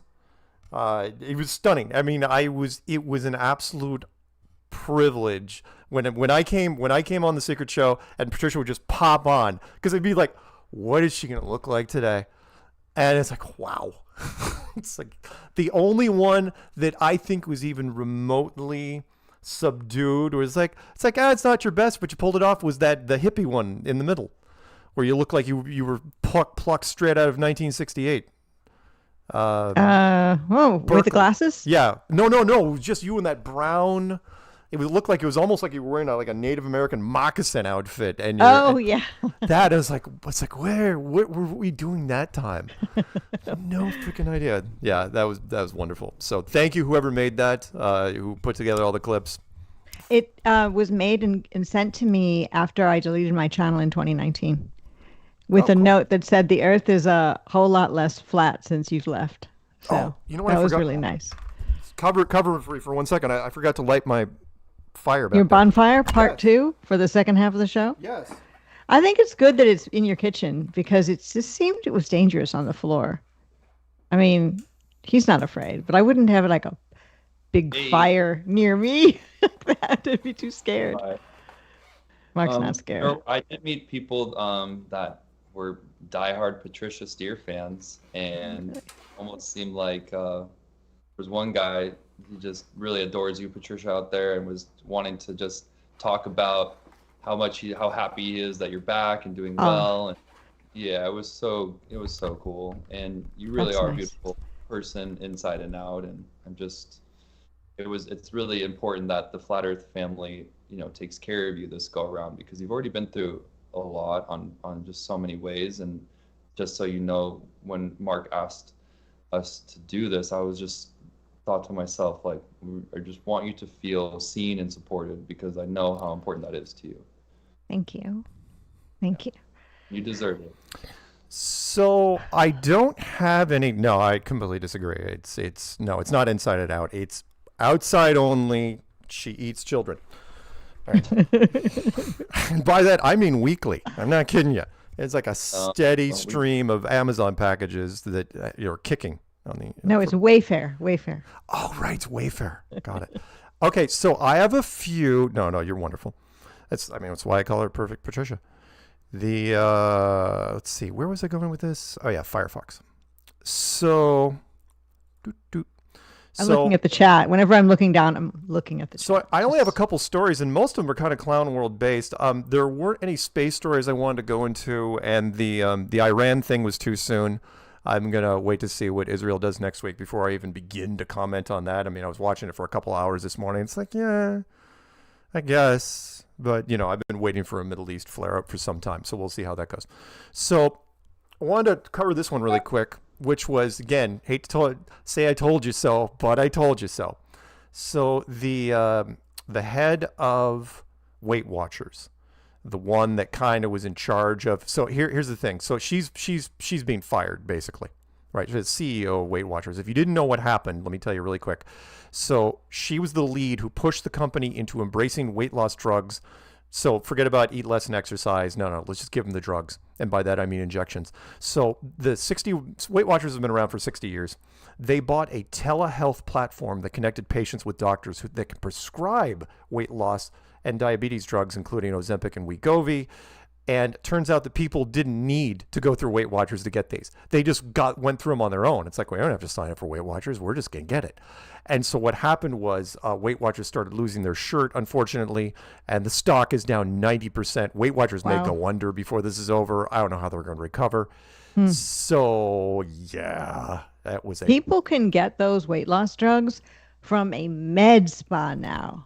Yes. Not even an actual doctor. Not that I think actual doctors are all that either anyway. Yeah. But these days you can just go to a med spa and they'll give you a shot and then you just come back in I don't know how it works, but something like that. Yeah. And in that a week was, or whatever. And that was their point. People were like, why do we have to, in fact, the people that want to be more anonymous about it, it's like, why would we sign up through Weight Watchers and let them know we're doing this? Now, Right. have you noticed, though, since this advent of all these weight loss drugs under all the different brand names, has it been like 5 years now, 4 years? Have you noticed around you less morbidly obese people or not? Yes and no. The people that take them, at least around here, are not shy about admitting it because, they got to explain it some way, because that whole average 15, 18 pounds or whatever. Oh, no. The people that take them, they're losing, again, the whole Ozempic phase, which we talked about some months ago. The fact that there's a thing called Ozempic phase. It's not good. Which is just basically you look like all the life's been sucked out of your face because your skin was stretched when you were heavier. Yeah. Now you've lost weight and now you've got like hanging skin. Yeah. Kind of a hollow look, Yeah. which is probably better than being obese for your health. But Do I think that people are, no. I mean, overall, do I think people are looking less whalish? No. whalish. No. But you got to remember, I'm looking at you two most of the time, and you two are not the national average by any stretch. So anyway, whatever. Doesn't really matter. Weight Watchers is going down the tubes. This is just bad karma coming back to bite them in the ass. So sorry, Weight Watchers, you shouldn't have done it. You should have kept with the original program. Eat less, exercise, motivation, pushing people to do it on their own. And this one came back to frickin' haunt you.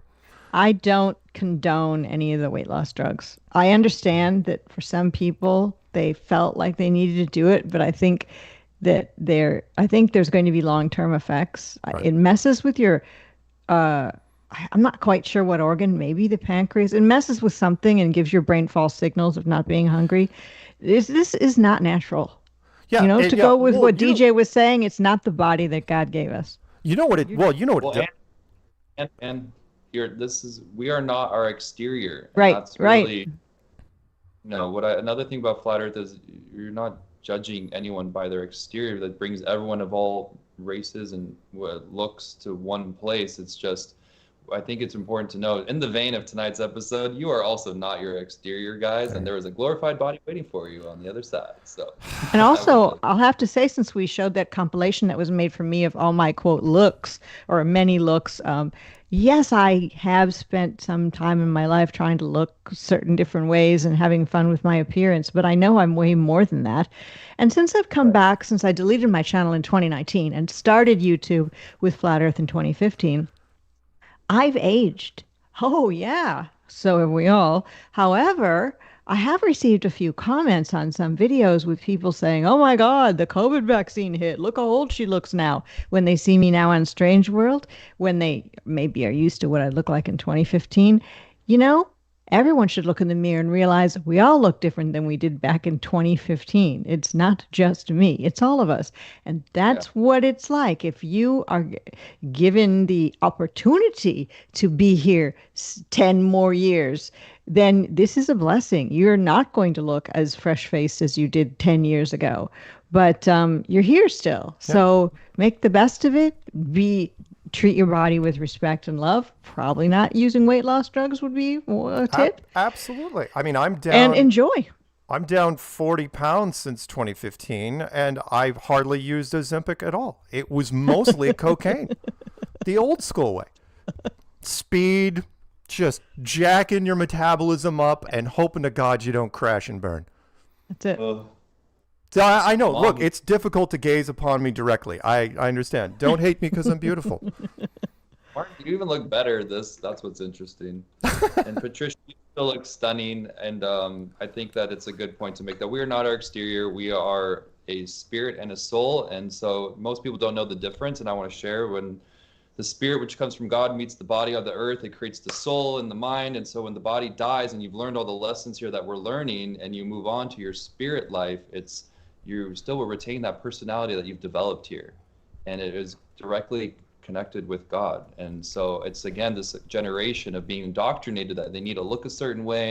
And then if you have those looks, that your life will just fall into place, when it's like, look, guys, no matter what you look like, because you really aren't your exterior, you still are going to have many other things that most people won't be able to. It's like you can only walk in someone else's shoes, right? But we're all having our own experience. And so just because someone looks a certain way doesn't mean that their life is any better than what yours is, and they might have some advantages in this evil system, but in God's eyes, he doesn't see our exterior. Great beauty or lots of money or lots of things doesn't make a happier person. And we can look at Hollywood for many examples of that. And our people in our community, again, are the opposite of click chasers. Yes, Patricia could have been running a beauty channel for decades at any age. And DJ could have been running a channel that's like how to look like a 10 without trying. And the younger generations, which is the headline here, the younger generations are chasing clicks no matter what. Remember, social media is the only currency in their book, and so they're going after it. TMZ, the greatest journalists in the world, OnlyFans model out in Australia, stop acting like a tool in our biz, hardware shop, basically like a Lowe's, right? Issues ban over sexual videos. So this girl here, let me see if I can get her in frame. Asian girl, what her grift is to start live streaming and go into like a Lowe's and hit on guys that are, builders, plumbers, electricians and stuff. And pretend to offer exchange. It's like, hey, if you work on remodeling my bathroom, I'll go on a date with you. Little, which is she's got a perfect American accent. Don't know what she's doing there anyway. But Lowe's decided to ban her from the store because some of the guys were complaining. Like that guy right there. I mean, that's straight from her stream. She walked up to this guy and said, hey, what are you doing? Trying to chat him up, small talk. I mean, the guy's old enough to be practically your grandfather. I mean, any age relationships can work with the right people, but generally somebody who looks as young as she does from the photo and somebody who looks, like the guy does there, that's not a couple that's generally going to be happening. No. I would find it would be, if I were the guy, it would be insulting and weird that this young girl made up and glamorous is coming to talk to me. No. I would basically say, get away from me. Yeah, not buying it. Yeah. No. Wait, was she's trying to get her bathroom remodeled or something? No, it's a ruse. She's just pretending. She's hoping these guys will take the hook. Meaning it's like, oh yeah, I'll go on a date with you to remodel, to put siding up on your house or whatever. That's her. Wait. That's taking DIY to a whole level. And of course, the do her. and it's just a punk. It's just a prank. She doesn't want to do it. She just wants them to say yes, and she's like, I'm sorry, I'm not interested. And then she runs off. It's like, come on. Yeah. So, but the point is that's what the generations, after us, that's their thing, which is anything for the clicks, anything for the subs. And in this case, anything, why she's doing it for an OnlyFans page, I have no idea. It's like, I suppose that's a thing. Whatever. Does everybody on OnlyFans do sexual things naked on camera, or are there some OnlyFans people who are fully clothed and not doing sexual things? No, it's almost always sexual. And fully clothed, I can only tell you from a friend of a friend I heard it from, that it's, because I'd never know anything about the categories in any sort of adult material, which would be, that would be called glamour.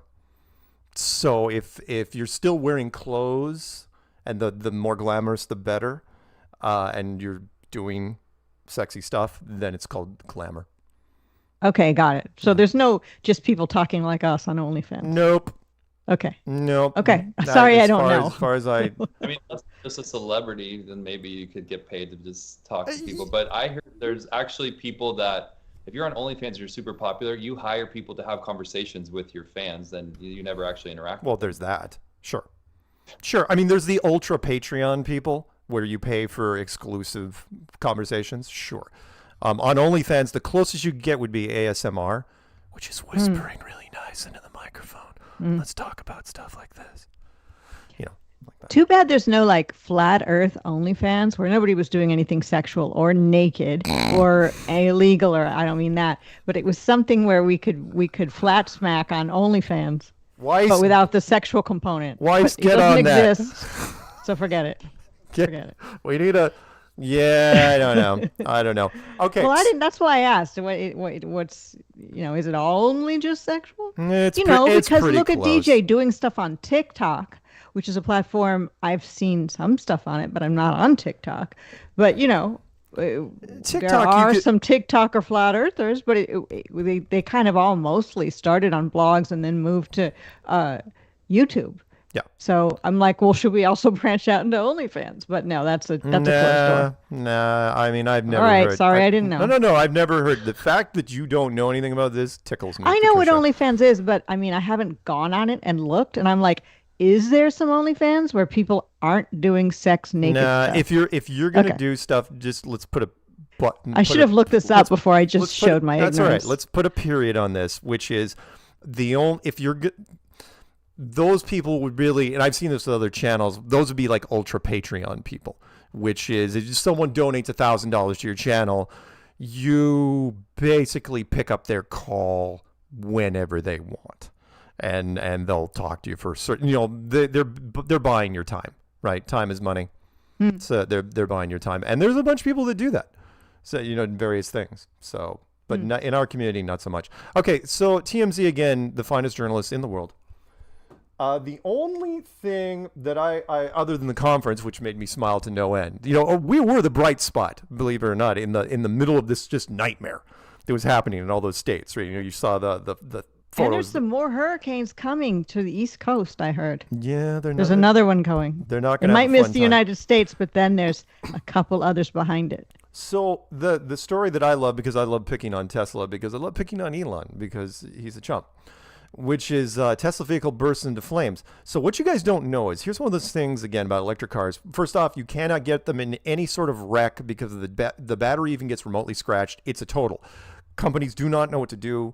I mean, literally, if 1% of that battery is scratched, they'll be like, nope, can't take the chance, got to write it off. And because there is no shop that can replace the battery for less than the price of a car, they're just going to give you a new car. You're thinking, oh, that's great. So no, check your insurance premiums. You only do that once or twice, and then you're screwed.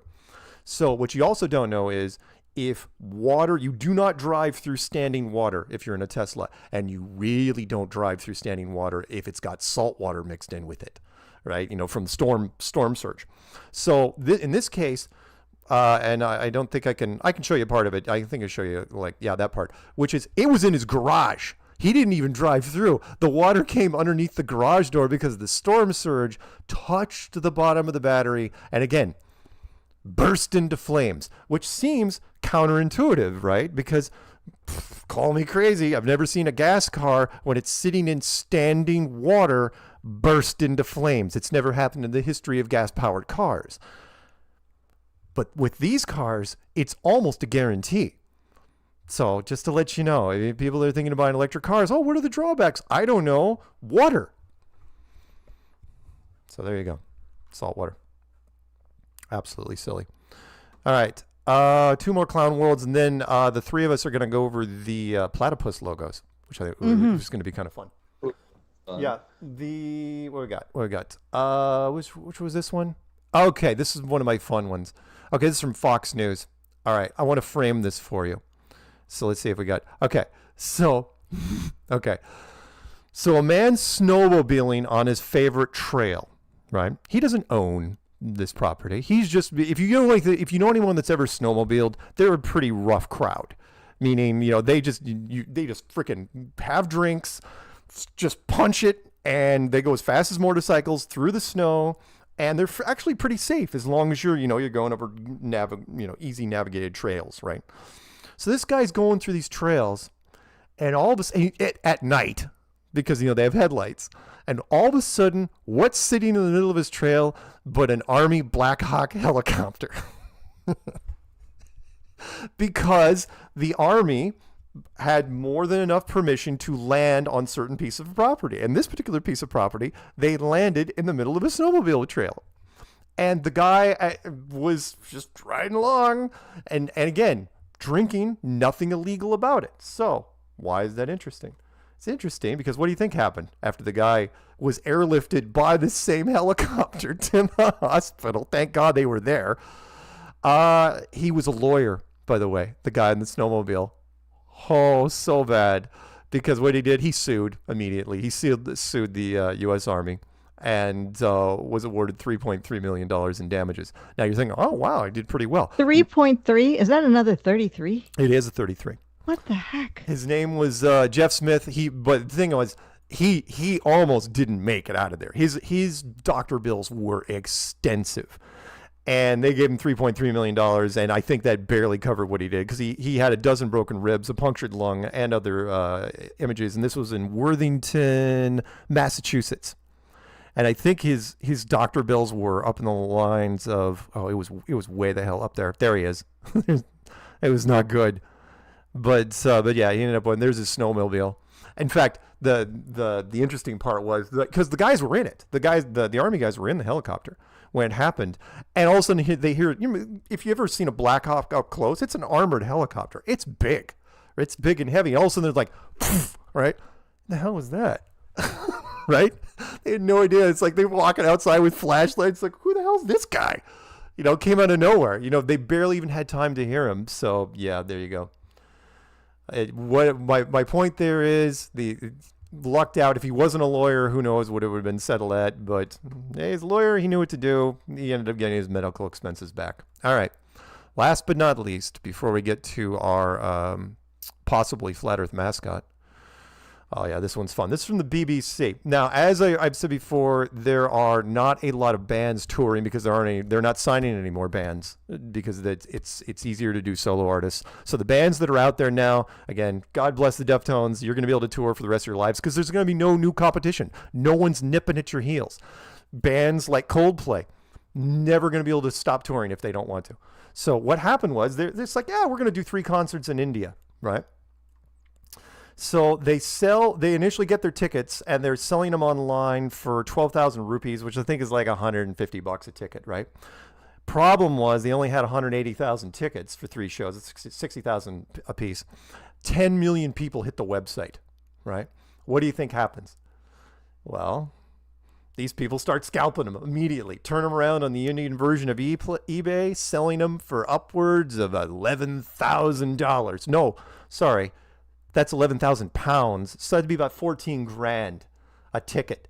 And they're selling. Again, that's what scalpers do, and good for you guys. But yeah, and they were comparing it to like what was happening in the UK, where they were selling 350-pound tickets for which would seem a little heavy. But then there were like Madonna was charging $1,600 for her VIP passes, and Beyonce's was selling for about almost 3,000 a piece, and that was just straight out of the Ticketmaster. I would have no interest in seeing any of that for any price. Right, you're not a Coldplay fan? No, it's okay. What about you, DJ? Coldplay fan? Not really. I can say that they have had some songs that are very catchy. Yeah, sure. Yeah. I mean, but I never sought them out. I mean, their song Yellow used to drive me crazy. It wasn't until one of their albums that came out that was a little bit more upbeat, and I got invited to a concert, and they put on a really good show, and I had more respect for them, but, it's just... Crap, what was the song with that really haunting piano thing? Crap. Guys, chat room, you know what I'm talking. Coldplay's really, really huge. They have good songs. I question anything in the entertainment industry at this point. Yeah, no, I got you. I am going to go see Morrissey. Shocking. This album's behind me. Shocking. October 31st.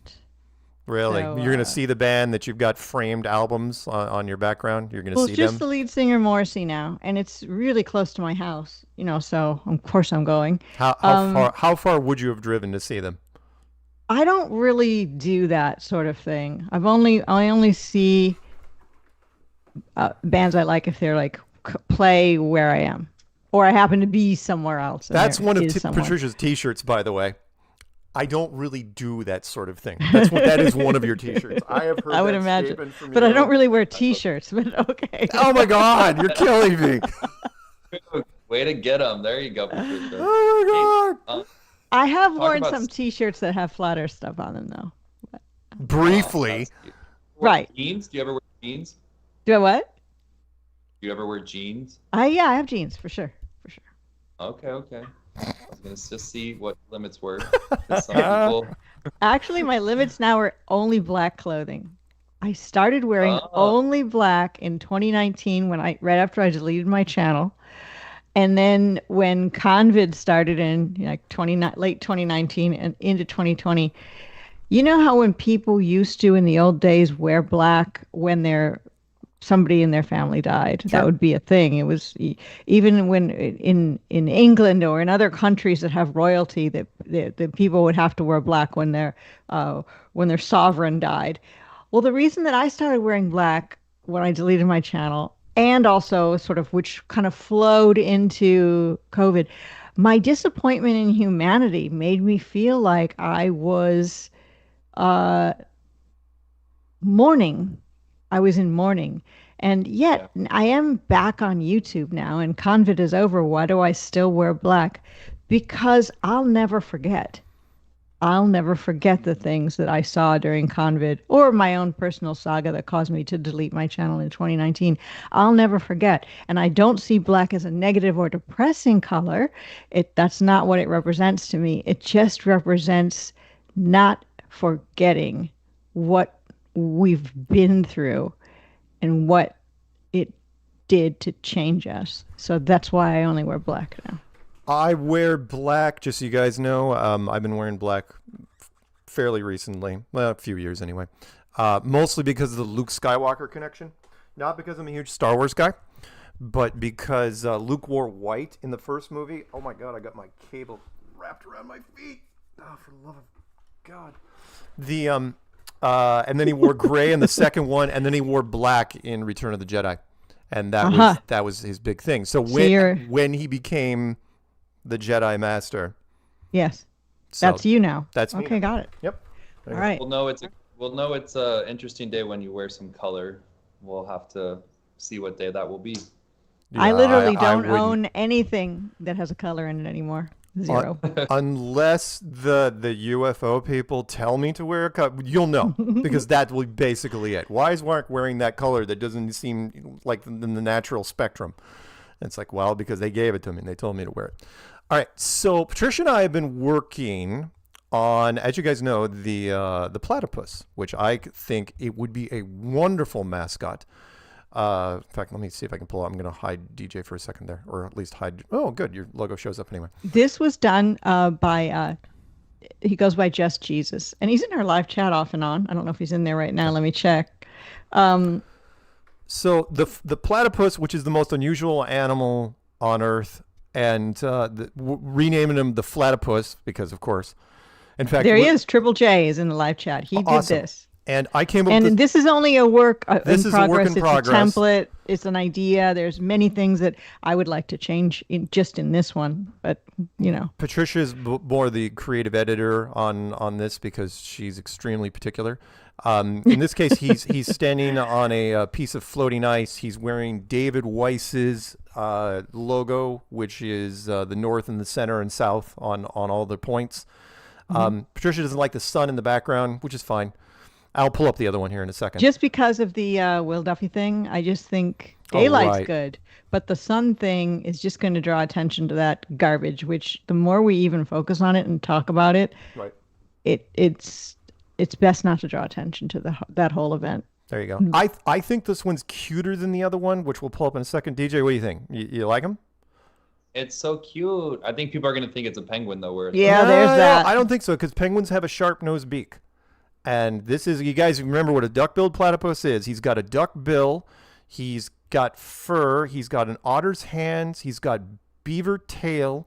He's got spines in his feet, and he lays eggs. Oh, and he glows under black light. Oh, and there's one more little fact, which I'll pull up once I pull And up the back legs have spikes that can that have venom. poison you. And I looked this up, which, hang on, let me pull this up really fast. While you're pulling that up, from this one, where it says platypus across the top, the hat's blocking it off. It should be centered and much larger. And then those stars that are around the perimeter have got to go. And then there's a floating ball of ice, which doesn't really make sense. Well, I don't know. Needs to go. But and the words have to be you mean bigger. the ball of ice behind him? Yeah, it doesn't make. Oh, yeah. But this is all when you put the input into AI, you get a lot of stuff mixed in with what you wanted, and it's not that Triple J, who's in our chat, wanted some of those things. It's just kind of what he got, so he's working on it. No, I like it. I like. But it the so far. idea is cute. I like the cuteness of it, and I just wanted to mention because I was actually curious because I took a guess and I said, well, the venom that he has in his spines has to be like snake venom because that's just the weirdest thing ever because then he'd be part reptile. I couldn't have been more wrong. Get this, right?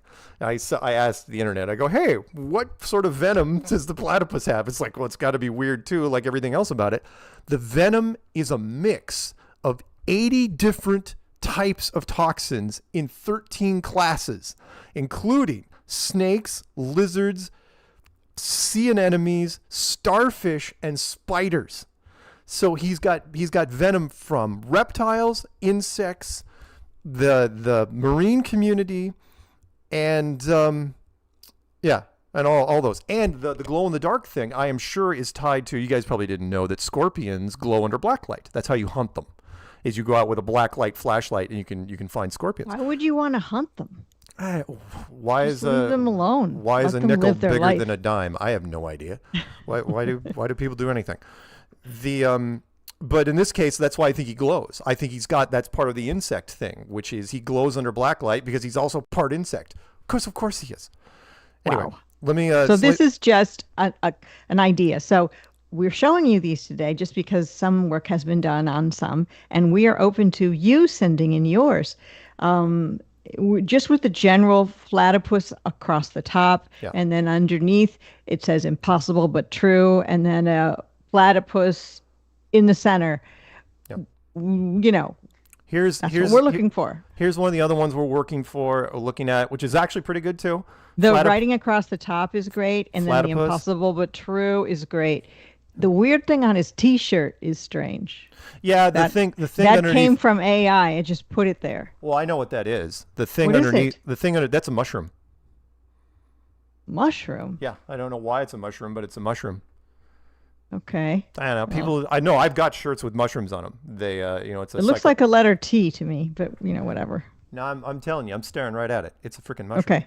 But yeah, you can get rid of that. But we're getting there. So yes, I think a platypus. Yeah. He's and pretty, the F gotta go. The sun's gotta go. Yeah, Those little starry things around the perimeter gotta go. Keeping it simple. But I like him being outside. Like that. Maybe it doesn't have to be in Antarctica. Antarctica sounds great, but yeah, you do get him confused with a penguin. I think DJ, you said that, right? Or Mark, I don't know. The water's fine. I get to remember. Flat water's good. Platypuses are only indigenous to Australia. Right. So maybe having them in this sunny environment, standing on the flat land with the flat water behind. Fine. And then blue skies with like some fluffy clouds behind, I think. Yeah. No F's, no weird symbol on the shirt. And yeah, he doesn't need to even have FE on the hat. What do you think, DJ? The other platypus was a little cuter as far as I would flip. I like this background a lot. I think when I picture, these are just ideas. And so if you can do better, that sounds rude. If anyone out there, if you know somebody, not do better. I mean, when you're working with AI, it's like it's whip just up really hard to, something, or draw it yourself if you know how to draw. That's really key. That would be great. Yeah, whip up something. Impossible but true is something I came up with, which was which related to flat Earth, which was right. It's a thing that science throws back at us all the time. It's like it's impossible. It can't be. It's like but it's true. Again, like the platypus. When the platypus was crawling around in front of them, they're like, it can't be true. It's impossible. There it is. Let me look in the live chat and see if anybody is saying. Oh yeah, sorry. One more thing for you guys, which is the real quick. I forgot if you guys were going to ask. With all that mix of toxins, with all those different toxins that it's got in its spines, it's not lethal to humans.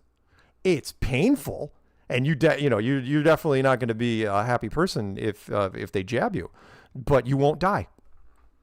And even weirder, the poisons they only have poison during mating season. So what's it for? I don't know. A really bad date? What is any of it for? Why a duckbill? Why a beaver tail? It's not like they're building dams. Why an otter's hands? It's not like they're cracking shellfish. I don't know. God, well, very cute. I do like the eyes and the other one better. Here, let me pull up the other one real quick, and then we'll wrap up the show here pretty fast. Which is we need to Frankenstein them to get the ultimate platypus. I like the I like the cuteness. I like the whole the pupils in the eye type. So thing. Does he need a longer beak then? Or bill? No, doesn't he? No. No, that's how it looks. No. Might be a different color. I think blue associated with penguins. That's right. Can't be blue. So okay, can't be blue. Well, no Antarctica. I like that T-shirt. I think the hat. I mean, a hat that says Flat Earth maybe, or a T-shirt that says Flat Earth, maybe not both. Well, here, let me... And no Antarctica. That was a good idea, but yeah, it does scream penguin, which we love the penguins. I do. So yeah, impossible but true, but the truth feels impossible, so it's kind of cool. Here, let me click. I'll do this really quick, and then we'll... Oh, he looks cute. Come on. It looks soft. Everything God made is actually pretty cute. Here, look at it. I'll show you really fast. Let's change this out to... We'll turn off the thumb, and we'll just go to Firefox. Anyway, thanks to Triple J for doing a lot of work and putting up with all my annoying suggestions. Okay, we're going to wrap this up in a little bit. Here's what platypuses look like. Here's a great little generic picture, if you guys can see that one. Oh, yeah. See, it looks like the bill is really long in that one. Really long. It's so cute. Yeah, they're brown in color, but... So let's make the new one brown and his bill long. His bill looks like a foot. It literally looks like a foot, a grayed out foot stuck on the nose. Very flat beak. It's so perfect. In real life, they're almost like a squirrel. I mean, they're just freaking weird. Oh, yeah. They're just... he looks or she like a manta ray in that first picture, in a way, the way they're that right there. Yeah. Kind of part manta ray as well. Yeah, they are just... this one of my favorites is this one right here. Looking cute, crawling over the log. Oh, this is a great shot right here. Oh, that's a baby one. Isn't that cute? What a baby. Okay, we'll show one more, then we got to get out of here. Oh my God, that one's so cute. Oh my God. Baby, there's the really baby platypuses. Look at the foot. Oh. Aren't they adorable? I love them. I love that picture. Okay, with that, we're going to get the heck out of Dodge. I've got cat fur all over my face, and it's totally itching me because I was kissing one of my cats who's right here. Note to everybody, Patricia loves cats. Okay, thank you, by the way, everybody that's tuning in. And, of course, thank you to DJ for his absolutely wonderful, absolutely top-end inspiring speeches. I can't wait till you watch it in the morning. You're going to die. And you. No, seriously, you were And great. happy birthday, Brian Stavely, and shout out to Zulu1. And thank you to everyone who's in the live chat. I never even went through the live chat and said hello to everyone like I usually do, but hello, everyone. Hello, everyone. We kind of ran out of time. We will be back next week, same flat time, same flat channel. Oh, and there's I say one more thing. No, I don't there's think so. a... What? If I don't give me that microphone. What? What do you got, DJ? Shout out to Karen B, Ted, and everyone who did everything come together. Thank you. And if I didn't mention you, or if your story wasn't told today, I more will come to me. I'm probably going to wish that I could say everything. I do. Just Jack's daughter singing was a highlight, so everybody knows. She has an angelic voice, and it was another just moment where we were feeling so blessed amongst the chaos there. And everyone that I shared it with, I just love you guys. Thank you for just being who you were, and can't wait to do it again someday. So Just thank you for everyone who did their part. If I don't have the intricacies right of how it all came together, we all know it came together perfect as it could be. So all right. Shout out to all of you. I want to do a shout out to a channel that you may or may not know, everyone. Aloha from Florida. Check that channel out.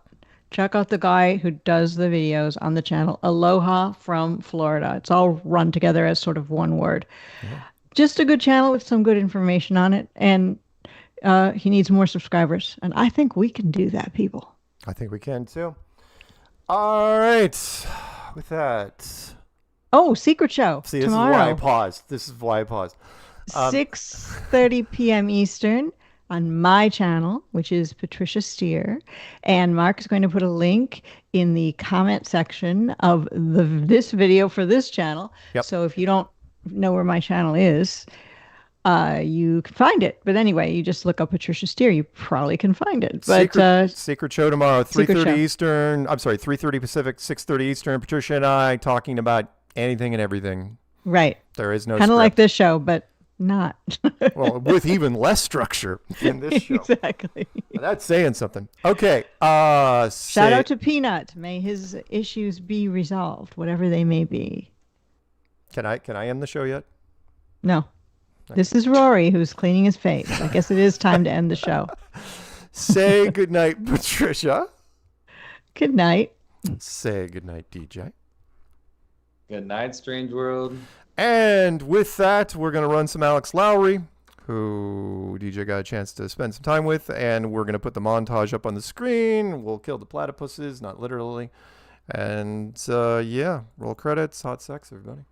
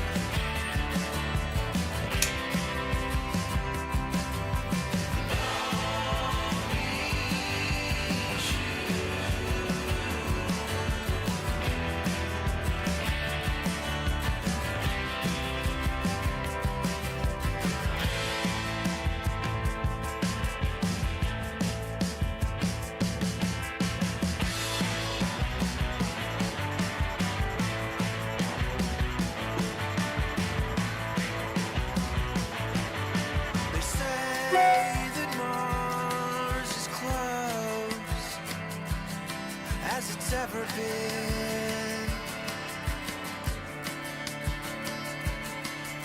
wound up chasing stars all over again. This is last year. There's words for what you got, what you have, and what you'll ever need. That's cool. There's so many nights Could make up special shirts with a big swirly platform on the back.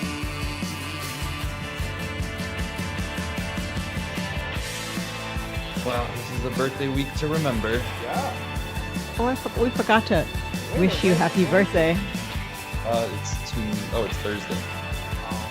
Well, we're going to mention it on Secret Show tomorrow, then. I would love that. That would be perfect. I would entirely like it. Hey, you guys did something cute last show. Which was very sweet. And you got me laughing because I was listening to it. I was getting ready in my hotel and super happy to have you guys with my dealing with that day. Well, it's easy to be nice to people. Aw, lucky us. It's my Flat Earth family, just so you guys know. I can't get through this life without you. So, not that I need to be on the show, but just mean the Flat Earth perspective. Yeah. Everybody was so nice. Once you go flat, you can never go back. It's not as much because you see the world in a new way when it comes to the way, the Earth is measured, and it's not a globe, and astronauts going to space is fake. It's something else. Something else.